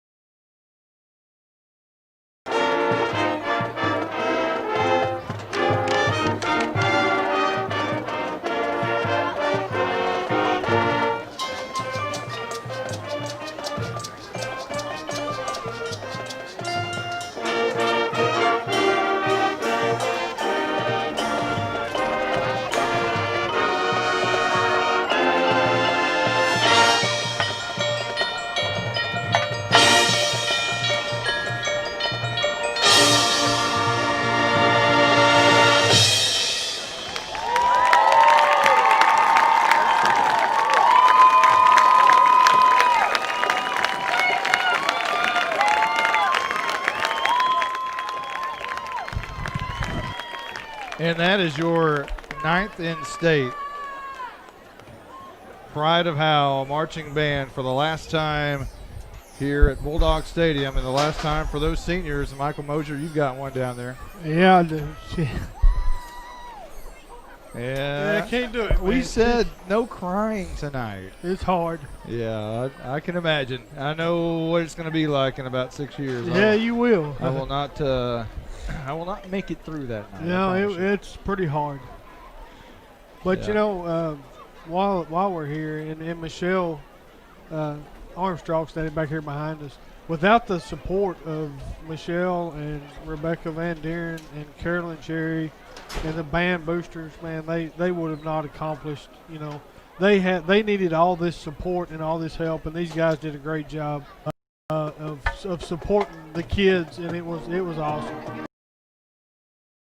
The cheerleaders are on the field. The band is playing the fight song, and the Bulldogs have not yet made it out of the tunnel. We've still got some time to go. We'll take a quick time out, and when we come back, we'll be closer to the second half here at Bulldog Stadium. Last game of 2017, trying to turn on that victory light for the first time this season. I've got a feeling. Carrie's Coffee Co. in historic downtown Van Alstyne next to the post office is the #1 coffee shop hotspot serving Bulldogs, Panthers, and mascots everywhere. Carrie's Coffee Co. offers a variety of organic coffee and non-coffee beverages. Come visit Carrie's Coffee Co. in downtown Van Alstyne, the post office, open Monday through Friday, 7 a.m. to 3 p.m. Carrie's Coffee Co. is Texas quality. Cavender Home Theater has the latest from Dish. New customers get free movies and HBO for a year. Get the multi-sports pack with NFL Red Zone free and the Amazon Alexa free. Existing customers can get the Alexa free too. Just refer a friend to Cavender Home Theater and we'll make sure you get one. Our Hopper 3 has 16 tuners, picture-in-picture with 4 screens, 2 terabyte hard drive, and voice control with Alexa. Cable can't do that. DirecTV can't do that. Come by our showroom or visit CavenderTV.com today. A word from Douglas Propane. We had received a call from Cable One back when Howe had the tornado come through. Their tower site back on the hill runs a propane backup generator. You know, my service staff got the call late in the afternoon. We tried to get up there and get the gas to it. The ground was too soft for our bobtail to get back there, so we put it in four-wheel drive, and we actually took 100-pound cylinders and transferred them into the larger tank to get them through until we could get the larger truck back there.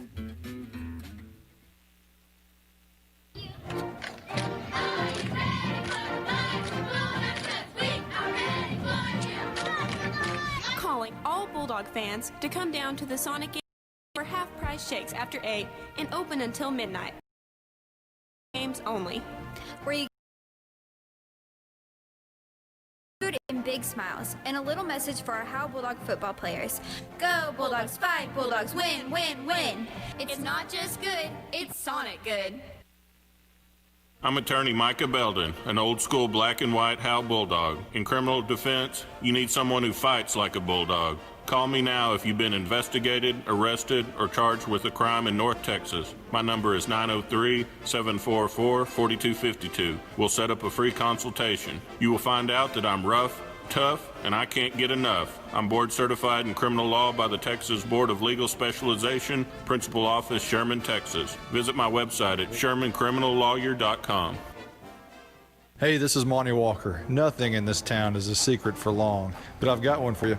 I know you know all about Abby's Restaurant's Big Time Chicken Fried Steak, but this old bulldog can't get enough of their patty melt and grilled chicken patty melt. Just don't tell him where you heard it. Hey, it's a secret between you and me. Abby's Restaurant is Howe's own small town, small business, family-owned restaurant in the historic downtown district. Don't tell anybody about their patty melts, because I want one. When life is at its most difficult, we surround ourselves with people who are kind, compassionate, and understanding. At Scoggins Funeral Home and Crematory, Tommy and Bobby K. Scoggins are those people. When tragedy hits, they will work for you and take care of what needs to be done for your loved ones. For more information about their services, visit ScogginsFuneralHome.com or call them at 903-482-5225. Scoggins Funeral Home. Their loving staff will take care of you and your loved ones. Welcome back. It's halftime as Pam Kirby walks by. Another great performance by the cheerleaders at the half. And the Bulldogs are in the end zone, north end zone, doing their stretching right by their tunnel as they'll run through it for the final time in 2017. And some of the seniors, or for all the seniors, it will be the final time to ever run through that thing. Boy, Chase Harvey's warming up down here with Leighton Elvington, and Harvey, boy, he can really sling it. Yeah, He's got a cannon. He can. Hey, we got a minute. You need a good laugh. Sunday, this past Sunday, our pastor at the church read the last book of Romans that has all the names in it, and he apologized ahead of time with a disclaimer that he would never get them right. I raised my hand in the back and said, "Hey, I'll help you if you need some help." He said, "No, you just sit right there. I got it." Yeah. I told him, I said, "Man, I don't screw up any names. I get them all right." He said, "No, I think I'm good. Let me just give my disclaimer and we'll go on about our business." Well, kind of weird this year, this final game to not have you do the starting lineup. Yeah, I know. It was, but Trust me, I took the torch and I stumbled through them as well. Hey, there's nothing wrong. It's harder than it looks. It is. It's harder than it looks, especially when there's a couple of them on here. I hope I don't have to pronounce, but I got one of them right, I think. Anyway. Hey, Justin White, anything changed down there since you last left? Not much, guys. One thing I was going to note here, just aside from football, I think it's just get ready to feel old. Along the fence line here, they have banners up along the fence line here. They got back to the 90s, kind of like a Back to the Future theme. Only 90s kids will remember. And I did some little investigation during the pep rally. They had kind of I won't say a tribute, but just like a theme of Back to the 90s. This graduating class in 2018 will be the last of born in the 90s. So those who graduated in 2018 were all born in either 99 or 2000. So if that don't make you feel old. That is the worst sideline report I have ever heard. Where are you at? Let me find something to throw. Dude, that makes me old. I graduated in 92. There's no players on the field. Here come your Bulldogs. There's no players on the field, so I figured I'd give that report a little bit of a age status here. Now let me go apply for my AARP magazine. Hey, I got one of them little flyers. I got one of them little flyers in the mail myself the other day. How do I mute his mic now? But you know, they got the posters. What's funny is the posters are like themes to like TV shows back in the 90s, like Nickelodeon, Back to the Future, Wipeout. So different shows that were on in the 90s. Yeah, but Back to the Future was 1980s. Well, there was a 90s one in the made the Back to the Future 2, I think. Was or 3. there? I think one of them was. Two of them was. The last one wasn't very good. Unless you're an Old West fan. I wonder if the Senator's going to run this year. Look at him. He's shaved and everything. Got Robbie a haircut. Seagroves. Got a haircut and shaved. You know, there's not as many people here to shake hands with. I know. He has to get here quick. And it's kind of cold outside, too. So both teams have made their way back out on the field. The flag is flying at half-mast throughout the game tonight. As we remember those in South Texas last Sunday afternoon and just a terrible, outrageous, I don't even have the words. It's just despicable. It is, and it's been a horrible situation for them. Well, we'll talk football now as Callisburg comes on the field. We'll kick this one away. Howe's going to start with the football. Julian Diaz. That's a kicker's name right there. We'll kick this one away. Runs to the football. It's going to be a squib kick, onside kick. Howe may have trouble recovering this one, but I believe they were able to get back on it and were. I think Devin Porter may have got it. I'll have to check with Stephen Braswell, but regardless, it's 1st and 10 for Howe, moving left to right, and it was Devin Porter, Braswell tells us. So Howe will start with great field position, just short of midfield at the 48-yard line. Looked like Justin Crisp come up a little slow on that kickoff. So here comes the offense. Harvey and an offset eye. And he's going to hand off Griffin. Griffin, first play, he's got quite a bit of room, about 11 yards up to the 40-yard line as Griffin is shot out of a cannon on every play. And a big smile from Daddy down here about midway up here in the home sidelines. So spotting the ball inside Callisburg territory at the 40-yard line. You know, I'm gonna miss Andy Griffin. I'm so used to him hollering. You know, our kids have grown up together. It'll be hard for him to. Hopefully, he'll show up and still holler. Pickup of 12. Here's Griffin again, and he has his right leg chopped out from underneath him, but not before about a 3 or 4 yard gain, close to the 35-yard line at about the 37. Tripped up by Preston Duke. Give him 3 yards there. Second down and 7 coming up. Yeah, a lot of these guys have been here for a long time. Andy Griffin, Winston Moss. You've seen them. I have been able to see some of these guys because of youth baseball, and they served on youth baseball boards. And you get to know some of those guys. Their kids are quite a bit older than ours, but you see them because they volunteer. And here's Harvey wanting to throw, being chased down, just throws it away. A good job of Harvey just slinging it out. He had all kinds of pressure from the backside by Preston Duke, the senior, 5'11", 190. He was coming on a blitz, and Harvey had to just throw it away. Third down and 7 coming up for Howe, and it's probably back to the ground with Griffin right here.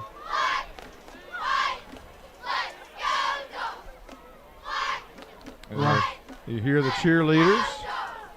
Lots of extra cheerleaders tonight. Looks like they're all here. Pretty good crowd tonight, hoping for that victory line for the first time in 2017. Howe's never been 0-10. Third and 7. Harvey will go under center. Man in motion. Handoff Griffin. Right side. Big hole. First down and more to the 25-yard line. Great blocking by Clay Marshall. Took Preston Duke completely out of that play. 12 yards on the carry, and a new set of downs for the Bulldogs as Griffin will check out for a moment. Austin Lee will check into the game. Colby Hammond made the stop. I told you earlier that Preston Duke and Clay had been going toe-to-toe, and Clay took him completely out of that play. Just a breather here for Griffin. And this will be a handoff to Austin Lee, and he'll bang his way through. And he's moving the pile. And he'll move that pile inside the 20 to the 19-yard line. He's a punishing runner, too. He's not running and punishing as hard as maybe Andrew. Be back. Austin Lee coming back. He is a junior, so you'll probably see him in that Andrew Griffin role a year from now. Ethan Sewell made the stop for Callisburg. That 6-yard carry by Austin Lee will set up the second down and 4. Ty Harvey split out wide to the near side. And this will be a handoff Lee again, trying to cut it back. Flipped end over end. Rolled over on his helmet. And picked up maybe a yard. He tripped up by Preston Duke, but put there by Clay Marshall. 6th play of the drive, and Andrew Griffin checks back in after the breather. 3rd and about 3 coming up. As Howe's doing a great job of just moving the football tonight. You think, in the first half, Howe's the better football team tonight. I think you can absolutely say that without a question. But you got to finish. You got to get points here in the red zone. 3rd 3. Griffin gets the hand. Left tackle, cuts it back to the right, close to a first down. He may have it. Inside the 15 to the 14-yard line, and they'll move the sticks. Tripped up again by Preston Duke for the Callisburg Wildcats. 14-yard line after the 4-yard gain by Andrew Griffin. There is 8:40 on the clock here in the third quarter. It's not halftime anymore, Michael. It's Sorry, the third quarter. It's third quarter. Golly, I'm gonna have to set myself an alarm. 1st and 10. It's going to be a toss to Moreau, and he'll move towards the inside. It was a toss left, but he cut it very low centered to the ground. He's a short, stocky guy, but he plays about a foot taller than what he is, especially at his linebacker position. Moreau and Griffin and Clay Marshall all were starters as freshmen. You can do that when you're Division II. It's going to be kind of hard to do that as Howe goes forward in Division I. Here's a handoff up the middle, and Griffin and Harvey kind of run into each other for a moment, and that they may get back to the line of scrimmage and possibly. Looks like Preston.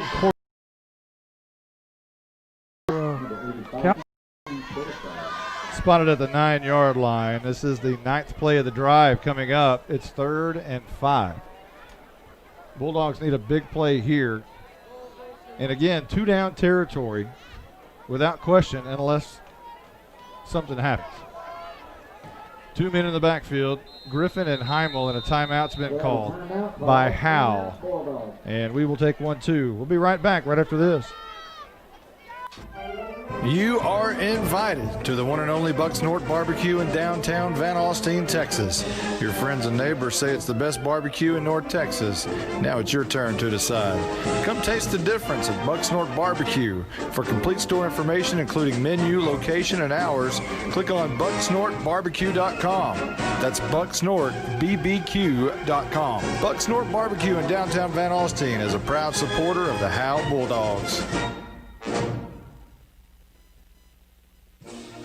This is Mike inviting you to support your local Howe Athletic Booster Club. I may not be able to pronounce Enrique Comlero, but I can tell you that if he played for Howe, he would need your support. Memberships are $25 and are available at all home games. Your membership benefits not just high school programs, but also middle school sports. Please support your hometown kids, even ones that might have a name like Aljundo Dankenstater.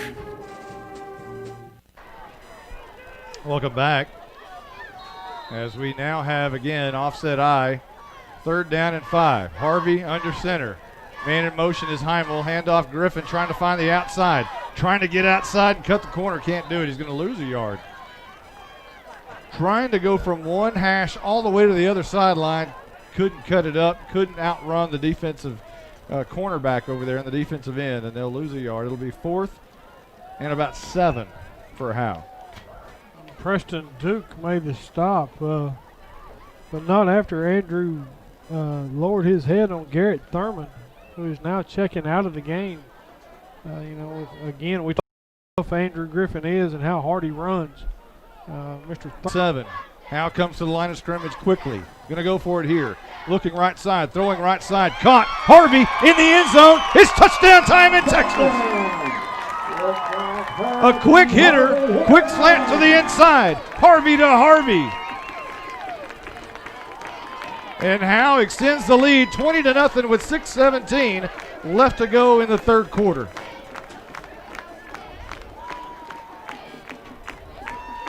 Great passing catch from Harvey to Harvey. And now Callie Vick on for the PAT. Harvey puts it on the tee. The kick is through the left right's hand. Good. Callie Vick helps push the Howe lead to 21-0 with 6:17 on the 3rd quarter clock. We'll be back right after this. Carrie's Coffee Co. in historic downtown Van Alstyne. The post office is the #1 coffee shop hotspot, serving Bulldogs, Panthers, and mascots everywhere. Carrie's Coffee Co. offers a variety of organic coffee and non-coffee beverages. Come visit Carrie's Coffee Co. in downtown Van Alstyne, next to the post office. Open Monday through Friday, 7 a.m. to 3 p.m. Carrie's Coffee Co. is Texas quality. Cavender Home Theater has the latest from Dish. New customers get free movies and HBO for a year. Get the multi-sports pack with NFL Red Zone free and the Amazon Alexa free. Existing customers can get the Alexa free too. Just refer a friend. Cavender Home Steam Tuners, picture-in-picture with 4 screens, 2 terabyte hard drive, and voice control with Alexa. Cable can't do that. DirecTV can't do that. Come by our showroom or visit CavenderTV.com today. Welcome back as we're ready for the Tech Wave kickoff after that 10-play, 52-yard drive that took about 5 minutes and 30 seconds off the clock. Capped off by a 10-yard touchdown pass from Chase Harvey to 1-0 here in the 3rd quarter. 6:17 on the clock right now, and your Tech Wave kickoff is in the air. It's actually on the ground. It's a squibber. Going to be taken on the near hash by the Callisburg defender, which was Seth Balcom, a sophomore, 6', 190. And the Bulldogs will now try to stop Callisburg, who's going to be moving right to left for the first time in the 2nd half. What a great takes half of the 3rd quarter away, and now Callisburg starts going right to left from their own 42. Yeah, Monty, well, looks like we'll have to keep an eye on Callisburg's side. They called Ricky Ake to their side to check on one of their players. We'll have to keep an eye on that situation.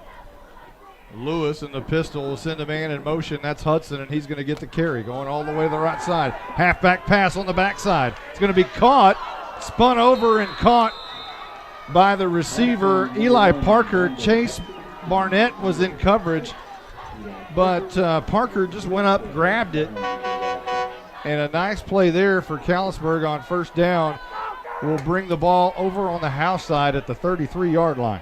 That looks like Monty, he is checking with Justin Crisp for Callisburg. 19-yard pickup for Callisburg. And Lewis in the gun has the ball go through his legs, dropping back under pressure, in trouble, escapes two defenders and finally brought down by Andrew Griffin. And again, that's not Lewis, the quarterback, it's Cameron Crisp. And that's a big loss for the Wildcats all the way back to the 46-yard line. A loss of about 12. 13, call it. Lewis Vasquez made the stop. So you have to wonder about Lewis, who's not in the game. Sorry about that. That was Andrew Griffin. So split out wide to the right is going to be Portesi, and this is going to be a toss to the right side. That's Parker trying to find that edge. He's quick, flagged down, and he's down after about a 4-yard loss to midfield. Andrew Griffin and others were right there. Mason Riggs is well in on the stop. 4-yard loss, but let's check the very long. And Coach Hudson may decline this. We'll see. It's a hold. It's against Callisburg. It's been declined, so it'll be third down from the 50-yard line, which sets up, what, 3rd and 30 again? Is that the second time we've seen 3rd and 30 out of Callisburg tonight? Crisp will bring them to the line of scrimmage as the clock rolls here. 4:58 in the third quarter. Howe leading 21-0, trying to get on that victory light downtown for the first time this year. Crisp rolls out near side, wants to throw, chased down by Helpenstell. He's able to get the pass away, and it's going to be caught on the Howe side 42-yard line by Garrett Thurman, a senior, 5'9", 145. A nice catch and a great sprint out pass by Crisp. But it'll be fourth down and a truckload to go.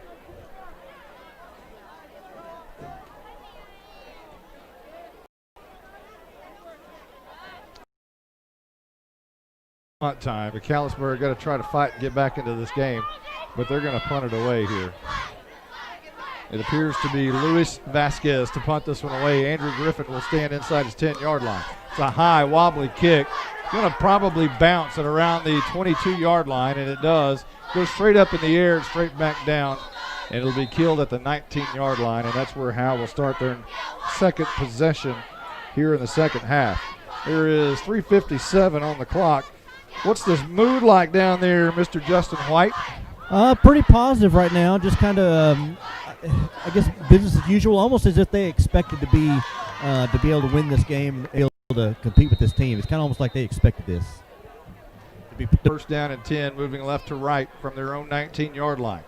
Everybody tight. This is going to be a handoff up the middle to Andrew Griffin, and he'll get about 3 yards. Crosses the 20 to about the 21-yard line. Short gain on the play. Maybe a couple yards. Jaquez Donata. Okay, that's what we're going to call him anyway. Wow. Yeah, I'm not sure. Whoa. How'd you pronounce that one, Justin? Which one was it? Number 5. Jaquez Donata. I emphasize the J, Jaquez. Jaquez. It may be Jaquez. Second down and 8 coming up. Regardless of the name, Heimel goes in motion, handoff near side. Griffin cuts one defender, but he falls down in the process.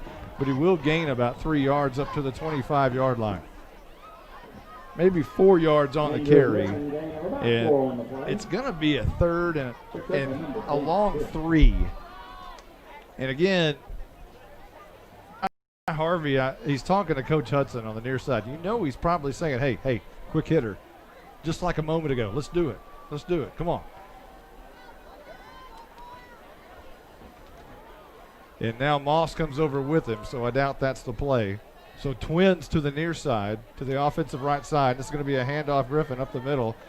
He's not going to have the first down. And a matter of fact, he's going to be maybe 2 yards short They'll spot the ball somewhere around the 26-yard line, and Howe's going to have to punt. Really need a good punt here out of Cheatham. This is not the time for a shanker. There is 2 minutes and 9 seconds and rolling here in the third quarter.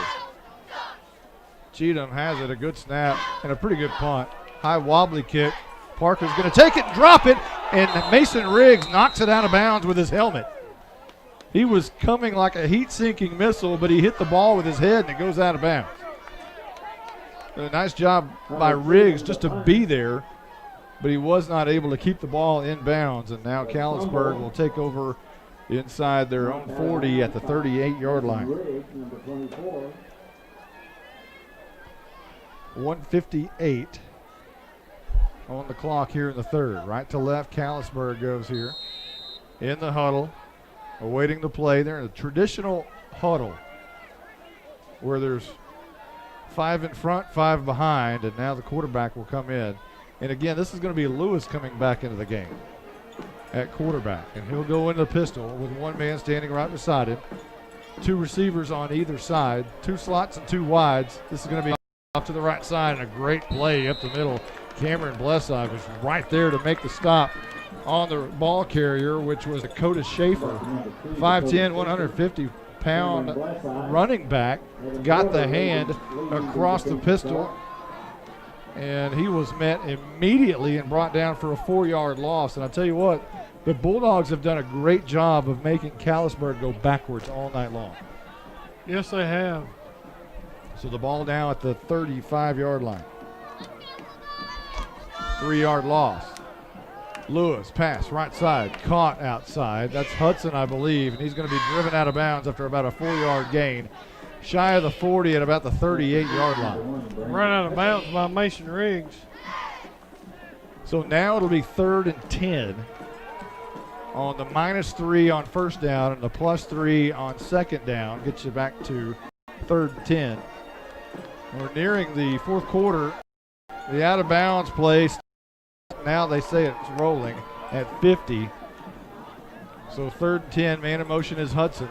Running near side is Lewis, throwing it across the middle, and that's very dangerous. It's incomplete.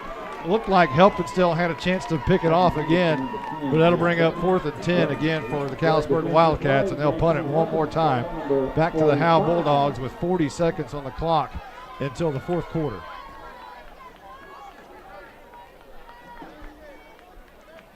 But a lot of pressure by the backside, Chase Barnett. 4th and 10. Vasquez back to punt. Griffin will stand inside his 30 at about the 28-yard line, the north side of the field. It's a high wobbly kick. Griffin's going to let it bounce, and it's going to bounce past him. Probably should have cut that one off. That one's going to roll all the way down inside to the 15-yard line. Those are the Bill Parcells hidden yardage, and that was a big one right there. That probably, it rolled about 12 yards past Andrew Griffin, maybe 15. And Howe will start at their own 16-yard line, deep in their own territory. 29 seconds on the clock before the fourth quarter.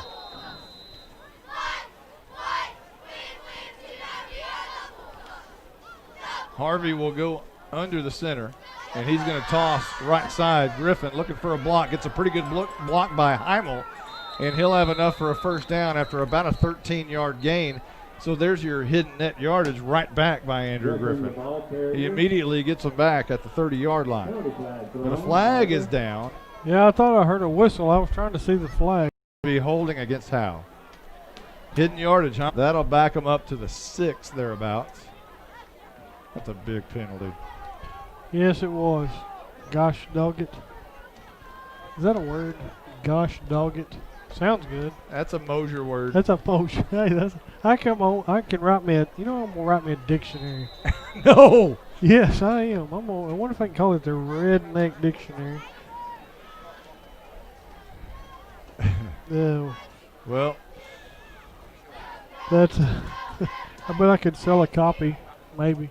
Oh, yeah, there's a couple of people down at the coffee shop that would buy that. Oh, I'm sure. No question. I'm sure. No question. That's going to be the end of the third quarter. We're headed to the fourth quarter. And the Bulldogs lead 21-0 here at Bulldog Stadium in the 2017 finale. We'll be right back right after this. A word from Douglas Propane. I've been in the industry for 21 years. The other day I got a call from a elderly lady on the side of the highway that wanted to thank me because one of my technicians stopped and changed her tire for her. The service goes so much further than beyond propane. It's the mentality of the person that we have on our staff. We appreciate our customer base in Howe and surrounding communities, and go Bulldogs. Have a great year.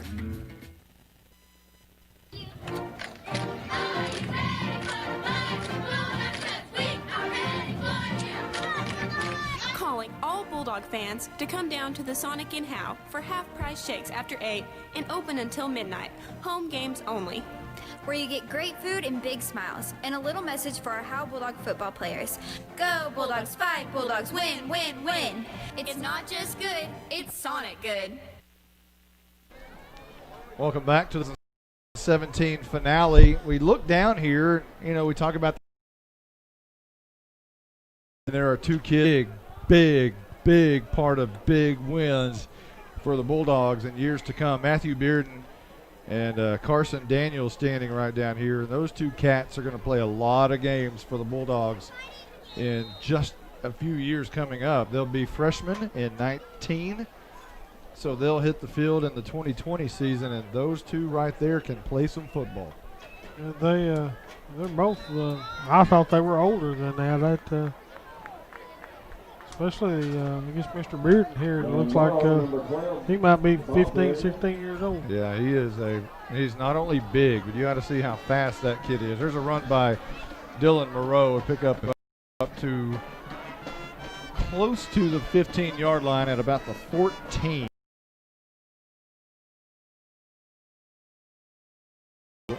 Six yards there. Second down and about 12 coming up for the Bulldogs.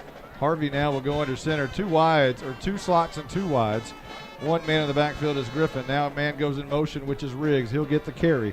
Going from one side to the other, looking for a block by Griffin. Gets a great block by Griffin, but he goes out of bounds, and it looks like a flag is down. Riggs had enough for the first down, and now we'll check the flag and see if this one is coming back. It looked like it was in the backfield. Hudson not very happy, and he is really not happy. I'm telling you guys, whether you're up by 21 or down by 21, Coach Hudson is not letting these guys get complacent here. He's still coaching them up pretty hard. Yeah, you don't see him change at all. I have been around Zach Hudson now for, I guess this is his 5th year. And he's the same whether you're up or down. Yes, whether you're 0-9 or 7-2, it's the same. And right now it's second down and about 20 after the penalty. Harvey goes under center, toss to the near side. Griffin falls down. He tried to make a cut to the inside. Remember, he tore his ACL a year ago and had that thing repaired. Tried to make a cut on that right leg and fell down after maybe a yard. And with 10:38 on the quarter in the fourth, Howe's all of a sudden facing a third and very long.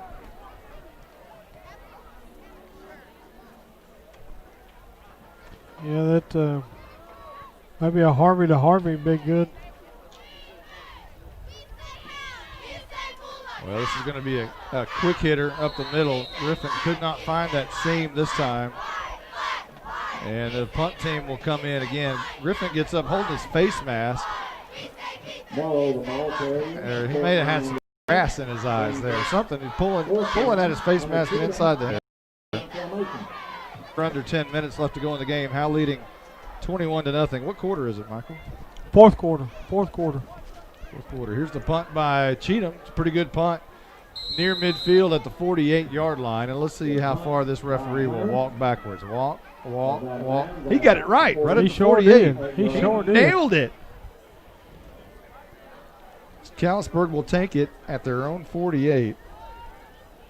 9:46 left to go in the game. And I'm debating whether to go down on the sideline after this game and let Coach Hudson turn on the victory light.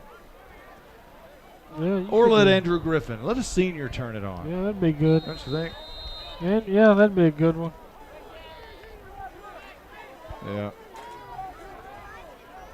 Yeah, it looks like he may have got some grass or something in his eye. This is going to be a handoff. First man through, lots of room right up the middle, 9 yards for Dakota Schaefer. And give him 8 yards, close to the 40 to the 41-yard line. Looked like Hunter Cheatham brought him down. Griffin's either got something in his eye or something with the contact. They've got kind of some eye wash of some sort trying to flush through his eye. Well, it looks like he's getting his helmet ready to get back on and get right back out there. And you keep getting 9-yard gains, and Griffin on the sidelines doesn't do you much good. A little bit of movement early on the right side of the offense by Callisburg, and this one will back up. Hidden yardage. There's 5 of those 8 right back. They'll back them up to about the 47-yard line, thereabouts. So Griffin goes back into the game. He got his contact situation resolved, and they'll spot the ball at the 46-yard line. Second down and 8 coming up for Callisburg. 2 wides and 2 slots. 1 man in the backfield, 2 men in the backfield, along with Lewis, who's going to roll out left, looking down the field, looking deep down the field. Throws it up, and it's going to be knocked down by Chase Barnett. A nice job of going up for it, swatting it away back there. Yeah, that's good coverage by Chase. Barnett, one of those seniors playing in the final game, and he has played with so much passion and so much heart the entire year. And he's another one like Moreau. He plays about a foot taller than he is and about 20 pounds heavier than he is. 3rd and 8 coming up. And now a timeout's been called. We'll take 1-2. We'll be right back right after this. I'm attorney Micah Belden, an old-school black and white Howe Bulldog. In criminal defense, you need someone who fights like a bulldog. Call me now if you've been investigated, arrested, or charged with a crime in North Texas. My number is 903-744-4252. We'll set up a free consultation. You will find out that I'm rough, tough, and I can't get enough. I'm board certified in criminal law by the Texas Board of Legal Specialization, Principal Office, Sherman, Texas. Visit my website at shermancriminallawyer.com. Hey, this is Monty Walker. Nothing in this town is a secret for long, but I've got one for you. I know you know all about Abby's Restaurant's big-time chicken fried steak, but this old bulldog can't get enough of their patty melt and grilled chicken patty melt. Just don't tell them where you heard it. Hey, it's a secret between you and me. Abby's Restaurant is Howe's own small-town, small business, family-owned restaurant in the historic downtown district. Don't tell anybody about their patty melts, because I want one. 3rd and 8. Lewis rolling out right, throwing it. It's going to be caught and trying to escape, and does, and has enough for a first down, is Brandon Hudson. And he'll be pushed out of bounds. I think he was pushed out of bounds. No, the clock's still rolling. And apparently he did not pick up the first down. So the ball's inside the 40 at the 39-yard line. Stop made by Mason Riggs. He's going for it. Everybody pretty tight. And it looks to be a quarterback keeper, and I'm not sure he got it. I think he's going to be turned away, and we're about to see Air Zagleski. And we do. It's Howe Bulldog football as they turn it around on 4th down and stuff Callisburg.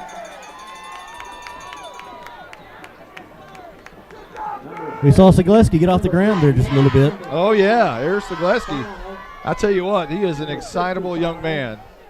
And Howe now will take over possession with 8:07 on the clock. It'd be a nice time for one of those 6-minute drives at the 40-yard line. As Harvey will go under center, offset I formation, rolling out right, wanting to throw it down the field. Now he's got Moreau. It's caught 3 yards, maybe 4, to the 44-yard line. Preston Duke in on the stop. Moreau split out of the backfield in the flats, and Harvey rolled out that way, looked at him, caught him. And 2nd down and about 6 coming up for Howe. Closing in on midfield, heading north with 7:40 left to go in the game. Leading 21-0. A big night in Howe if they can continue to to close this one out for the victory light. Toss right side, Moreau. And he'll gain maybe a yard to the 45-yard line. Just sneaking his way, hiding behind Cats. And which is not hard for him to do. No, it's not. You know, Clay Marshall and Parker Blunt stand up. Dylan Moreau just disappears. 3rd and 5. Wow, 15-11. Van Alstyne. A great game at Van Alstyne. 15-11 over Pilot Point. What's it look like in Whitesboro? Whitesboro was all over Pottsboro earlier. 3rd and 5 here. Offset I, man in motion. Handoff Griffin left side.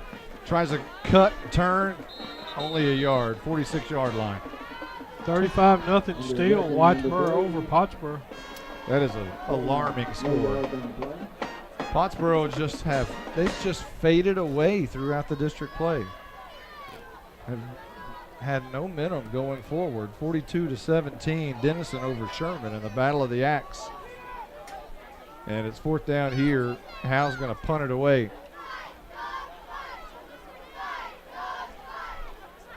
Cheatham, a low end over end kick's going to take a bounce, hop through the arms of Hudson, and he'll be wrapped up. Now he escapes a tackle down the line and finally brought out of bounds at the 33-yard line by the punter, Hunter Cheatham.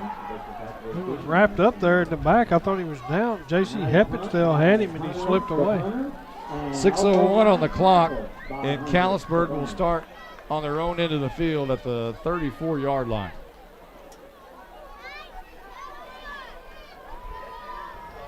You know what, Justin? I think you should stay down there. And you want me to stay down here? I think it might be nice to talk to Coach Hudson. And let me think about it. Here's a toss, and that's Crisp on the run around the left edge, and he's trying to find the corner.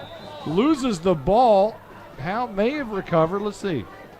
On the very far side, or did he not? Yeah, Chris took a hard hit. I think. Yeah, he did take a big hit over there, but the ball came out and it might have went out of bounds. I think that's what happened. The ball went out of bounds. So Crisp over there is being attended to after that hard hit. Let's take a quick timeout because, again, when we do, they pop right back up. When life is at its most difficult, we surround ourselves with people who are kind, compassionate, and understanding. At Scoggins Funeral Home and Crematory, Tommy and Bobby K. Scoggins are those people. When tragedy hits, they will work for you and take care of what needs to be done for your loved ones. For more information about their services, visit ScogginsFuneralHome.com or call them at 903-482-5225. Scoggins Funeral Home. Their loving staff will take care of you and your loved ones. Well, just now getting up, and we hate to go to an injury timeout that's sponsored by a funeral home. It's probably the not right of order of succession there. That was the look on your face when you hit that button. It was like, oh, no. We love Scoggins Funeral Home, but that probably shouldn't be the injury timeout sponsor. Right. Probably. Who's the producer of the show? Who is that? 3rd and 11, left to right here. Or is that 2nd down? I think it's second. I think it's second down.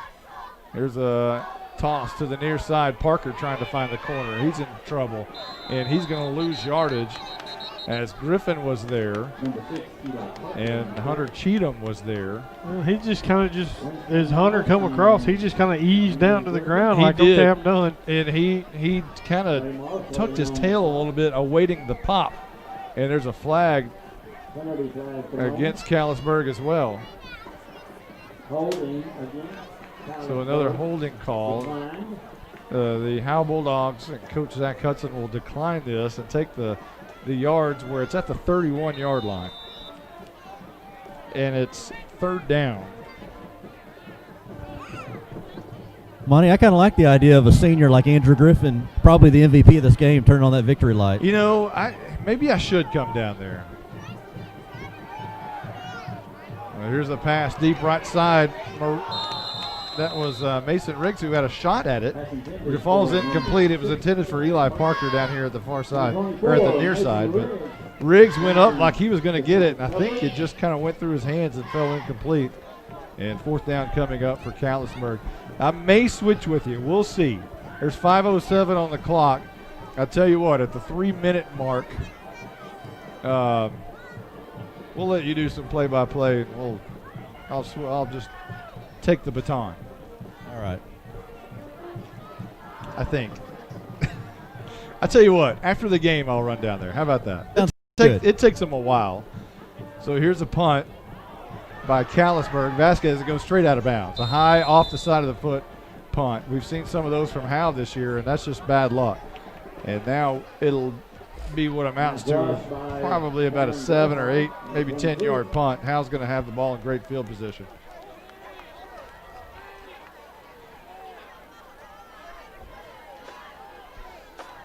You know, Dyson Dillard, I've been watching him.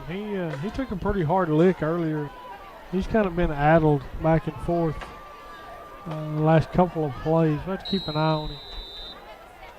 1st and 10, right to left. Handoff, Griffin up the middle, 3 yards to about the 45-yard line. And you might as well just ride that horse on out because Griffin has been the horse for 4 years around here. A 4-year starter, he and Clay Marshall and Dylan Moreau. You got to look, you think back at Zach Hudson back in 2014, and you look at Dylan Moreau, who's 5'0", and you say, I'm going to bring that kid up to play varsity as a freshman. Really? Right. But, hey, what a player. Here's Harvey on the keeper right up the middle, and he'll gain 4, maybe 5, close to a 1st down at the 41-yard line. Yeah, it looked like Harvey was tucked in right behind Clay Marshall, and Clay Marshall just led the way down the field. That's another guy you're going to miss up front. Clay Marshall, big center there, that senior, you're going to miss him. I tell you what, I haven't done a sideline interview since 1994. Oh, wow. This ought to be interesting. Offset I, 3rd and 2, handoff Griffin, 1st down to about the 20 or 30, around 34-yard line. Brandon Hudson made the stop. 3:33 on the clock. And Howe, you're getting a little bit excited over there, I would imagine, looking for that first victory of the year, knowing that you're not going to go 0 for. Not 0 for 2017. Howe's never been 0-10. Norman Dickey tried, but they went 0-9-1 that year. They tied Celeste. 1st and 10, right to left. Harvey on the stretch. Outside, stiff arms a man down. Good for about 8, maybe 9 yards. Griffin has been a workhorse tonight.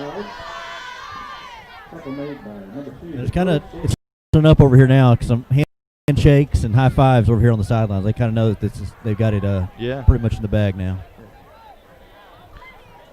Almost at 2.5 minutes left to go in the game. Marquez Nada made that stop for the Wildcats. And I know that's not right, but it sounds good. 2nd down and 1. Harvey, Griffin, right side, 1st down, flag down from the back judge.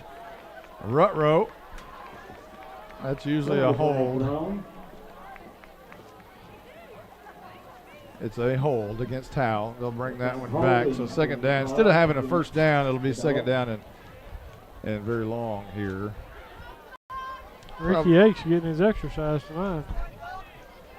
And now he comes back over to the near side. They're going to back this one up to the 35-yard line. So it'll be 2nd down and 11 for Howe. They wind the clock at 2:16. Getting towards the end of this thing. Offset I formation. Harvey fakes the toss, turns around, and wants to run the trap to the backside. It didn't work. Callisburg right there to sniff that one out. 3rd and 11 coming up. Steven just kind of turns his hands up and goes, I don't know. We're going to say Chase Walker. Hadn't called his name tonight. There were about 8 white jerseys right there on Harvey. Yeah. They'll give him a yard. I'm not sure how. So now it's 3rd and 10, and all kinds of substitutions coming in and out. Dyson Dillard coming in, and now I think a timeout's going to be called. They were trying to get different players in the game. Weren't able to do it. Timeout's been called. We'll take one. We'll be right back. 21. You are invited to the one and only Bucks North Barbecue in downtown Van Alstyne, Texas. Your friends and neighbors say it's the best barbecue in North Texas. Now it's your turn to decide. Come taste the difference at Bucks North Barbecue. For complete store information, including menu, location, and hours, click on bucksnorthbarbecue.com. That's bucksnorthbbq.com. Bucks North Barbecue in downtown Van Alstyne is a proud supporter of the Howe Bulldogs. A minute 31 on the clock until victory. And as soon as that clock hits 0, Justin White, you can come on up here. All righty. And you can come on up now, I guess, if you want. I'm going to head down there at about the same time. Here's a handoff to Mikey Heimel, and that'll lose a yard. So 4th and 11 coming up.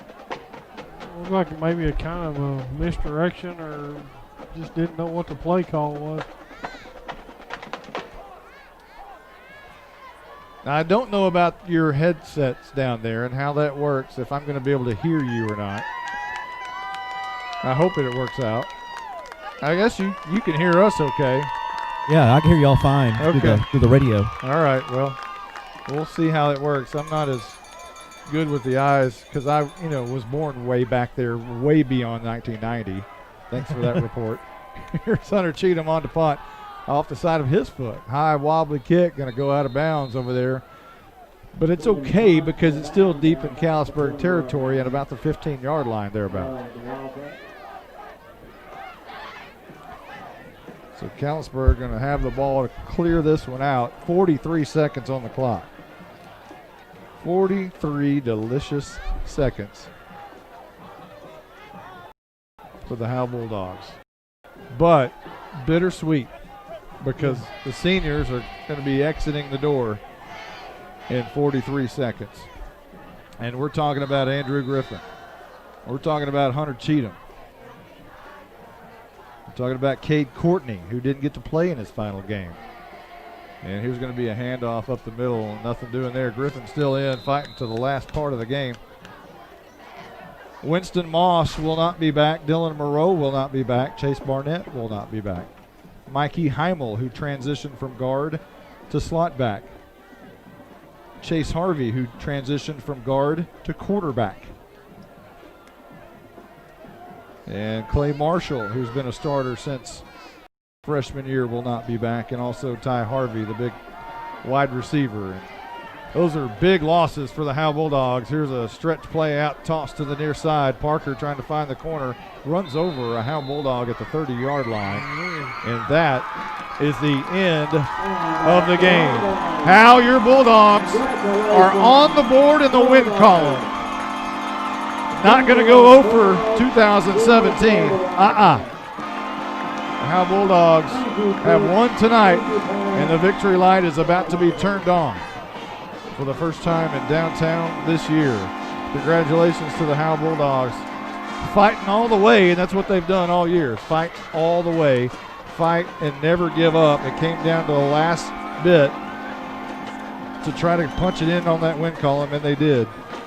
I'm going to hand it over now to Justin White, and I'm going to make my way down on the field for the first time in 100 years.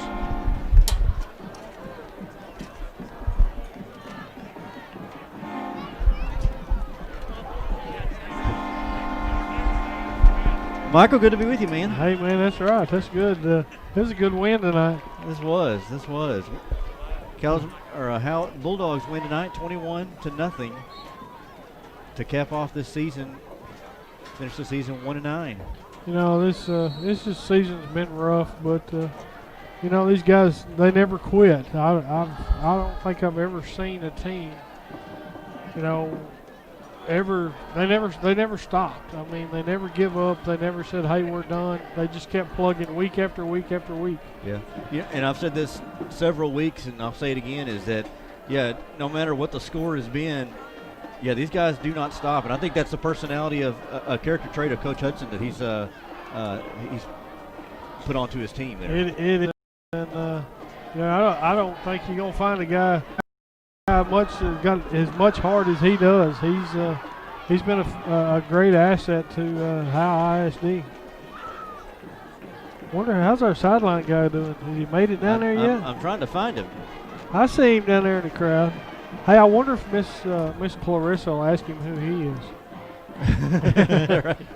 Call him to the side and say, "Hey, who are you? What are you doing?" Right. Oh, he's just gonna go get in the huddle.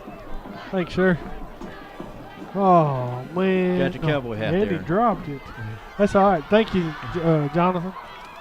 The Bulldog players and coaches are gathered about the 25-yard line. Coach Hudson, the coach is talking to those guys. Cheerleaders and students are on the sidelines here waiting to approach the field. Yeah, the kids they've got kids out there on the field. Man, we got all kinds of activity. No kidding. It's good to see after a win. We've right. Everybody's kind of in the doldrums there with after a defeat, but it's good to see some enthusiasm now with a win, especially to cap off the season. It is. I believe Coach Hudson standing back here at the back. That's maybe who's that doing the talking? Is that Coach Fry? Guys, can you hear me? We can hear you. Okay, just making sure. Yeah, we got you, sideline guy. Where are you? I see him standing back here on the backside. Monty is? Yeah, he's back on the far side over there. Okay, I see him now. Yeah.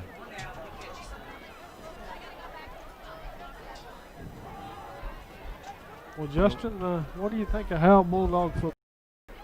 Man, it's been fun. It didn't turn out to be the season that we really thought it was, but it's been fun to watch. It's fun to see the community.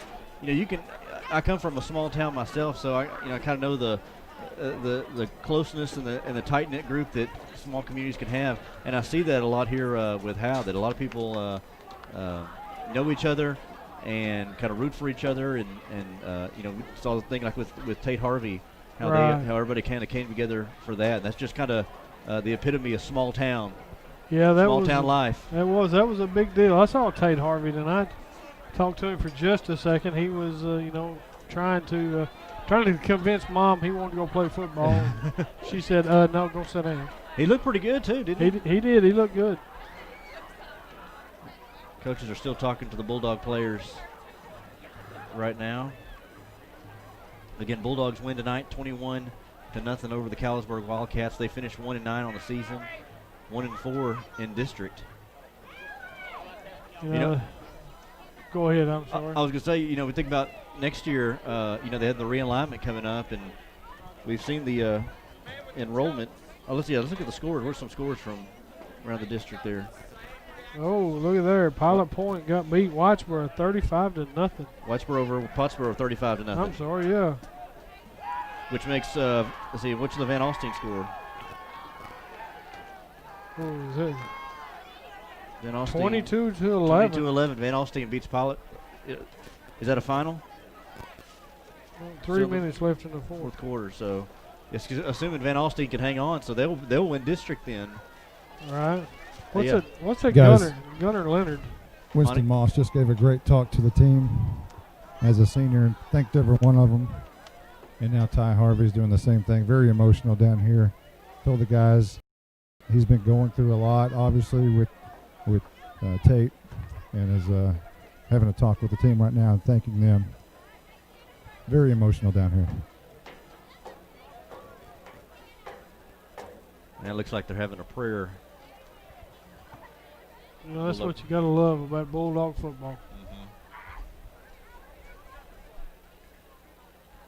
And here in a second, after they conclude the prayer, we'll see if Monty can pull aside Coach Hudson and get an interview.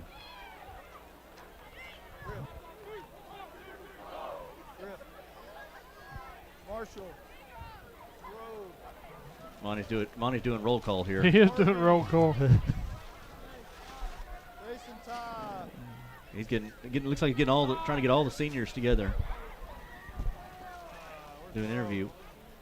What do you say? 1994 was the last time he did a sideline interview. He's trying to get. Hey, let's go ahead and talk to Andrew Griffin here. You were the workhorse tonight. Talk about that and in the final game, left it all out here on the field. Talk about the emotions of tonight.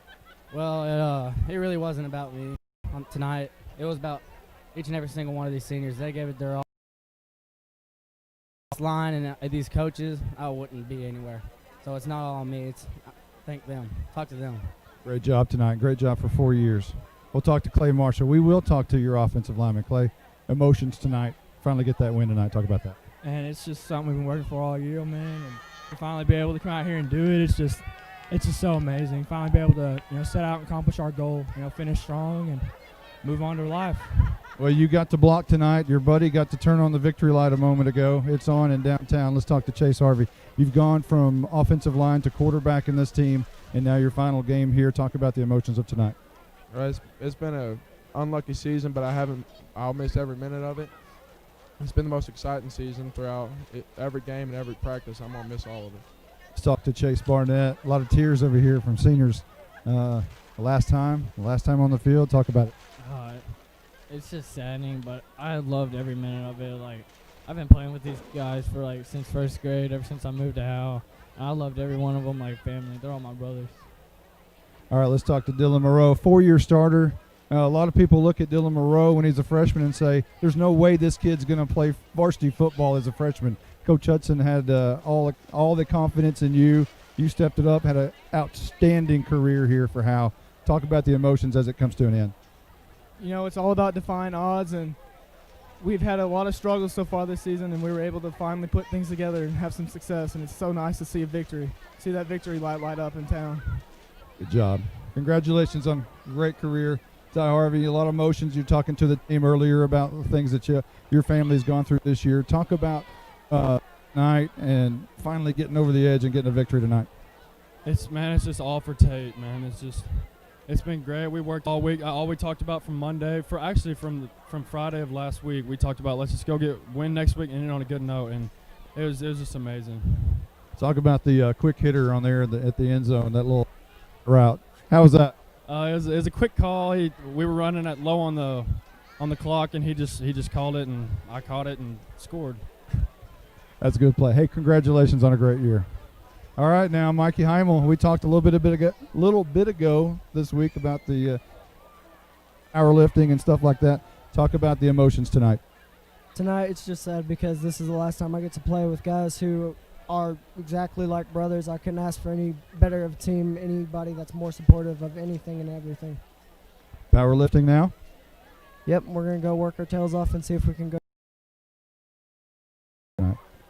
Hunter Cheatham, last but not least, right? Oh, no, we got Cade Courtney. He didn't even get to play in his last game. That's got to be – we'll talk about that in a moment. Right now it's Hunter Cheatham, and let's talk about your year. Came out of nowhere, and you were on the field a lot this year. Talk about that. It's just been an amazing year. I mean, just the opportunities that I've had and to play with such an amazing team that just never gave up. I mean, being my senior year, you would never want the underclassmen to give up, and they stayed right there with us, kept pushing. And I know the season didn't turn out how we wanted to, but tonight with a win, it just fills my heart with joy, and I'm so happy for this season. Well, congratulations on the win. Great job. Cade Courtney, emotions tonight. Didn't get to play in your final game. Talk about that. Well, it happens, but it matters the win, it's tough not playing, but, I'm happy for my entire family, my brothers out there on the field. How hard is this to walk away? Oh, it's unbearable. What wishes upon anybody, but, it happens. Well, Moss, I don't think we've talked to Winston yet. Yeah, Winston, come on over. You actually started the impromptu talks there. Talk about that and how emotional is this for you? Well, I just wanted to let all my brothers know how much I care for them and how much I appreciate them not giving up on me this year. And, yeah, it's definitely really emotional. I've been through a lot with these guys, and especially these other seniors. They've been like brothers to me, and I couldn't ask for anything else. So in your final night, you get to drive downtown and see that victory light. Is that going to be nice? oh man, that's gonna feel great after this season. I feel it's been long deserved. Well, congratulations on the win and a great career. Appreciate it. Thank you. All right, so we'll try to find Coach Hudson. Is everything sounding okay? Yeah, pretty good. You sounded good. You cut out just a little, but that it's not bad. All right, let's see if we can talk to Coach Hudson here. He's standing with a second. Coach, you got a sec? I haven't been a sideline guy in 24 years, so bear with me. Talk about how important it was to finish out the season with a win. Oh, it's very important. I mean, our kids practice hard, they play hard, and they got after it tonight. I think, we had more penalty yards than they had offense, and so, I mean, defense was lights out. Offense moved the ball, kind of got stuck in some jams there for a little bit, but, they loaded the box up with everybody and, kept us to 3 or 4 yards a game, but, we're built like that, and Andrew did a hell of a job all night finding the holes, and the offensive line did a good job. So, but, tonight was a defensive night. They kept us, in field position all night and did a hell of a job. Special teams did a great job. I thought Cheatham punted well, did exactly what we asked them to do. It was a good, solid night for us. Talk about your workhorse, Andrew Griffin. He won't be back this year, but you might as well use him up tonight, and you did. Yeah, I mean, he plays both sides of the ball, has all season. He's gotten in better shape as we've gone on. So he's able to play more and more, but he is a workhorse, and he's a hard sucker to bring down. But, my hat's off to those seniors that have been around this program for 5 years, and they play hard. We got some early personal fouls just for playing hard. It wasn't cheap. It wasn't nothing like that. They were playing hard and, kind of got in on the pile a little late and stuff like that. But they were playing hard, and that's all you can ask for them the whole time. Well, I noticed some of the seniors spoke up impromptu-wise and gave some emotional talks. How emotional was it down there? It's going to be emotional. Some of these guys have been on this field years playing varsity football, and then more personal than it was about football. And there's stuff bigger in this game, and this game just brings us closer together, and teaches us how to deal with each other, and teaches us a lot of different aspects of life. But it's a lot bigger than this game, and these kids realize that. Well, thanks, Coach Hudson, for your time. Appreciate all you do.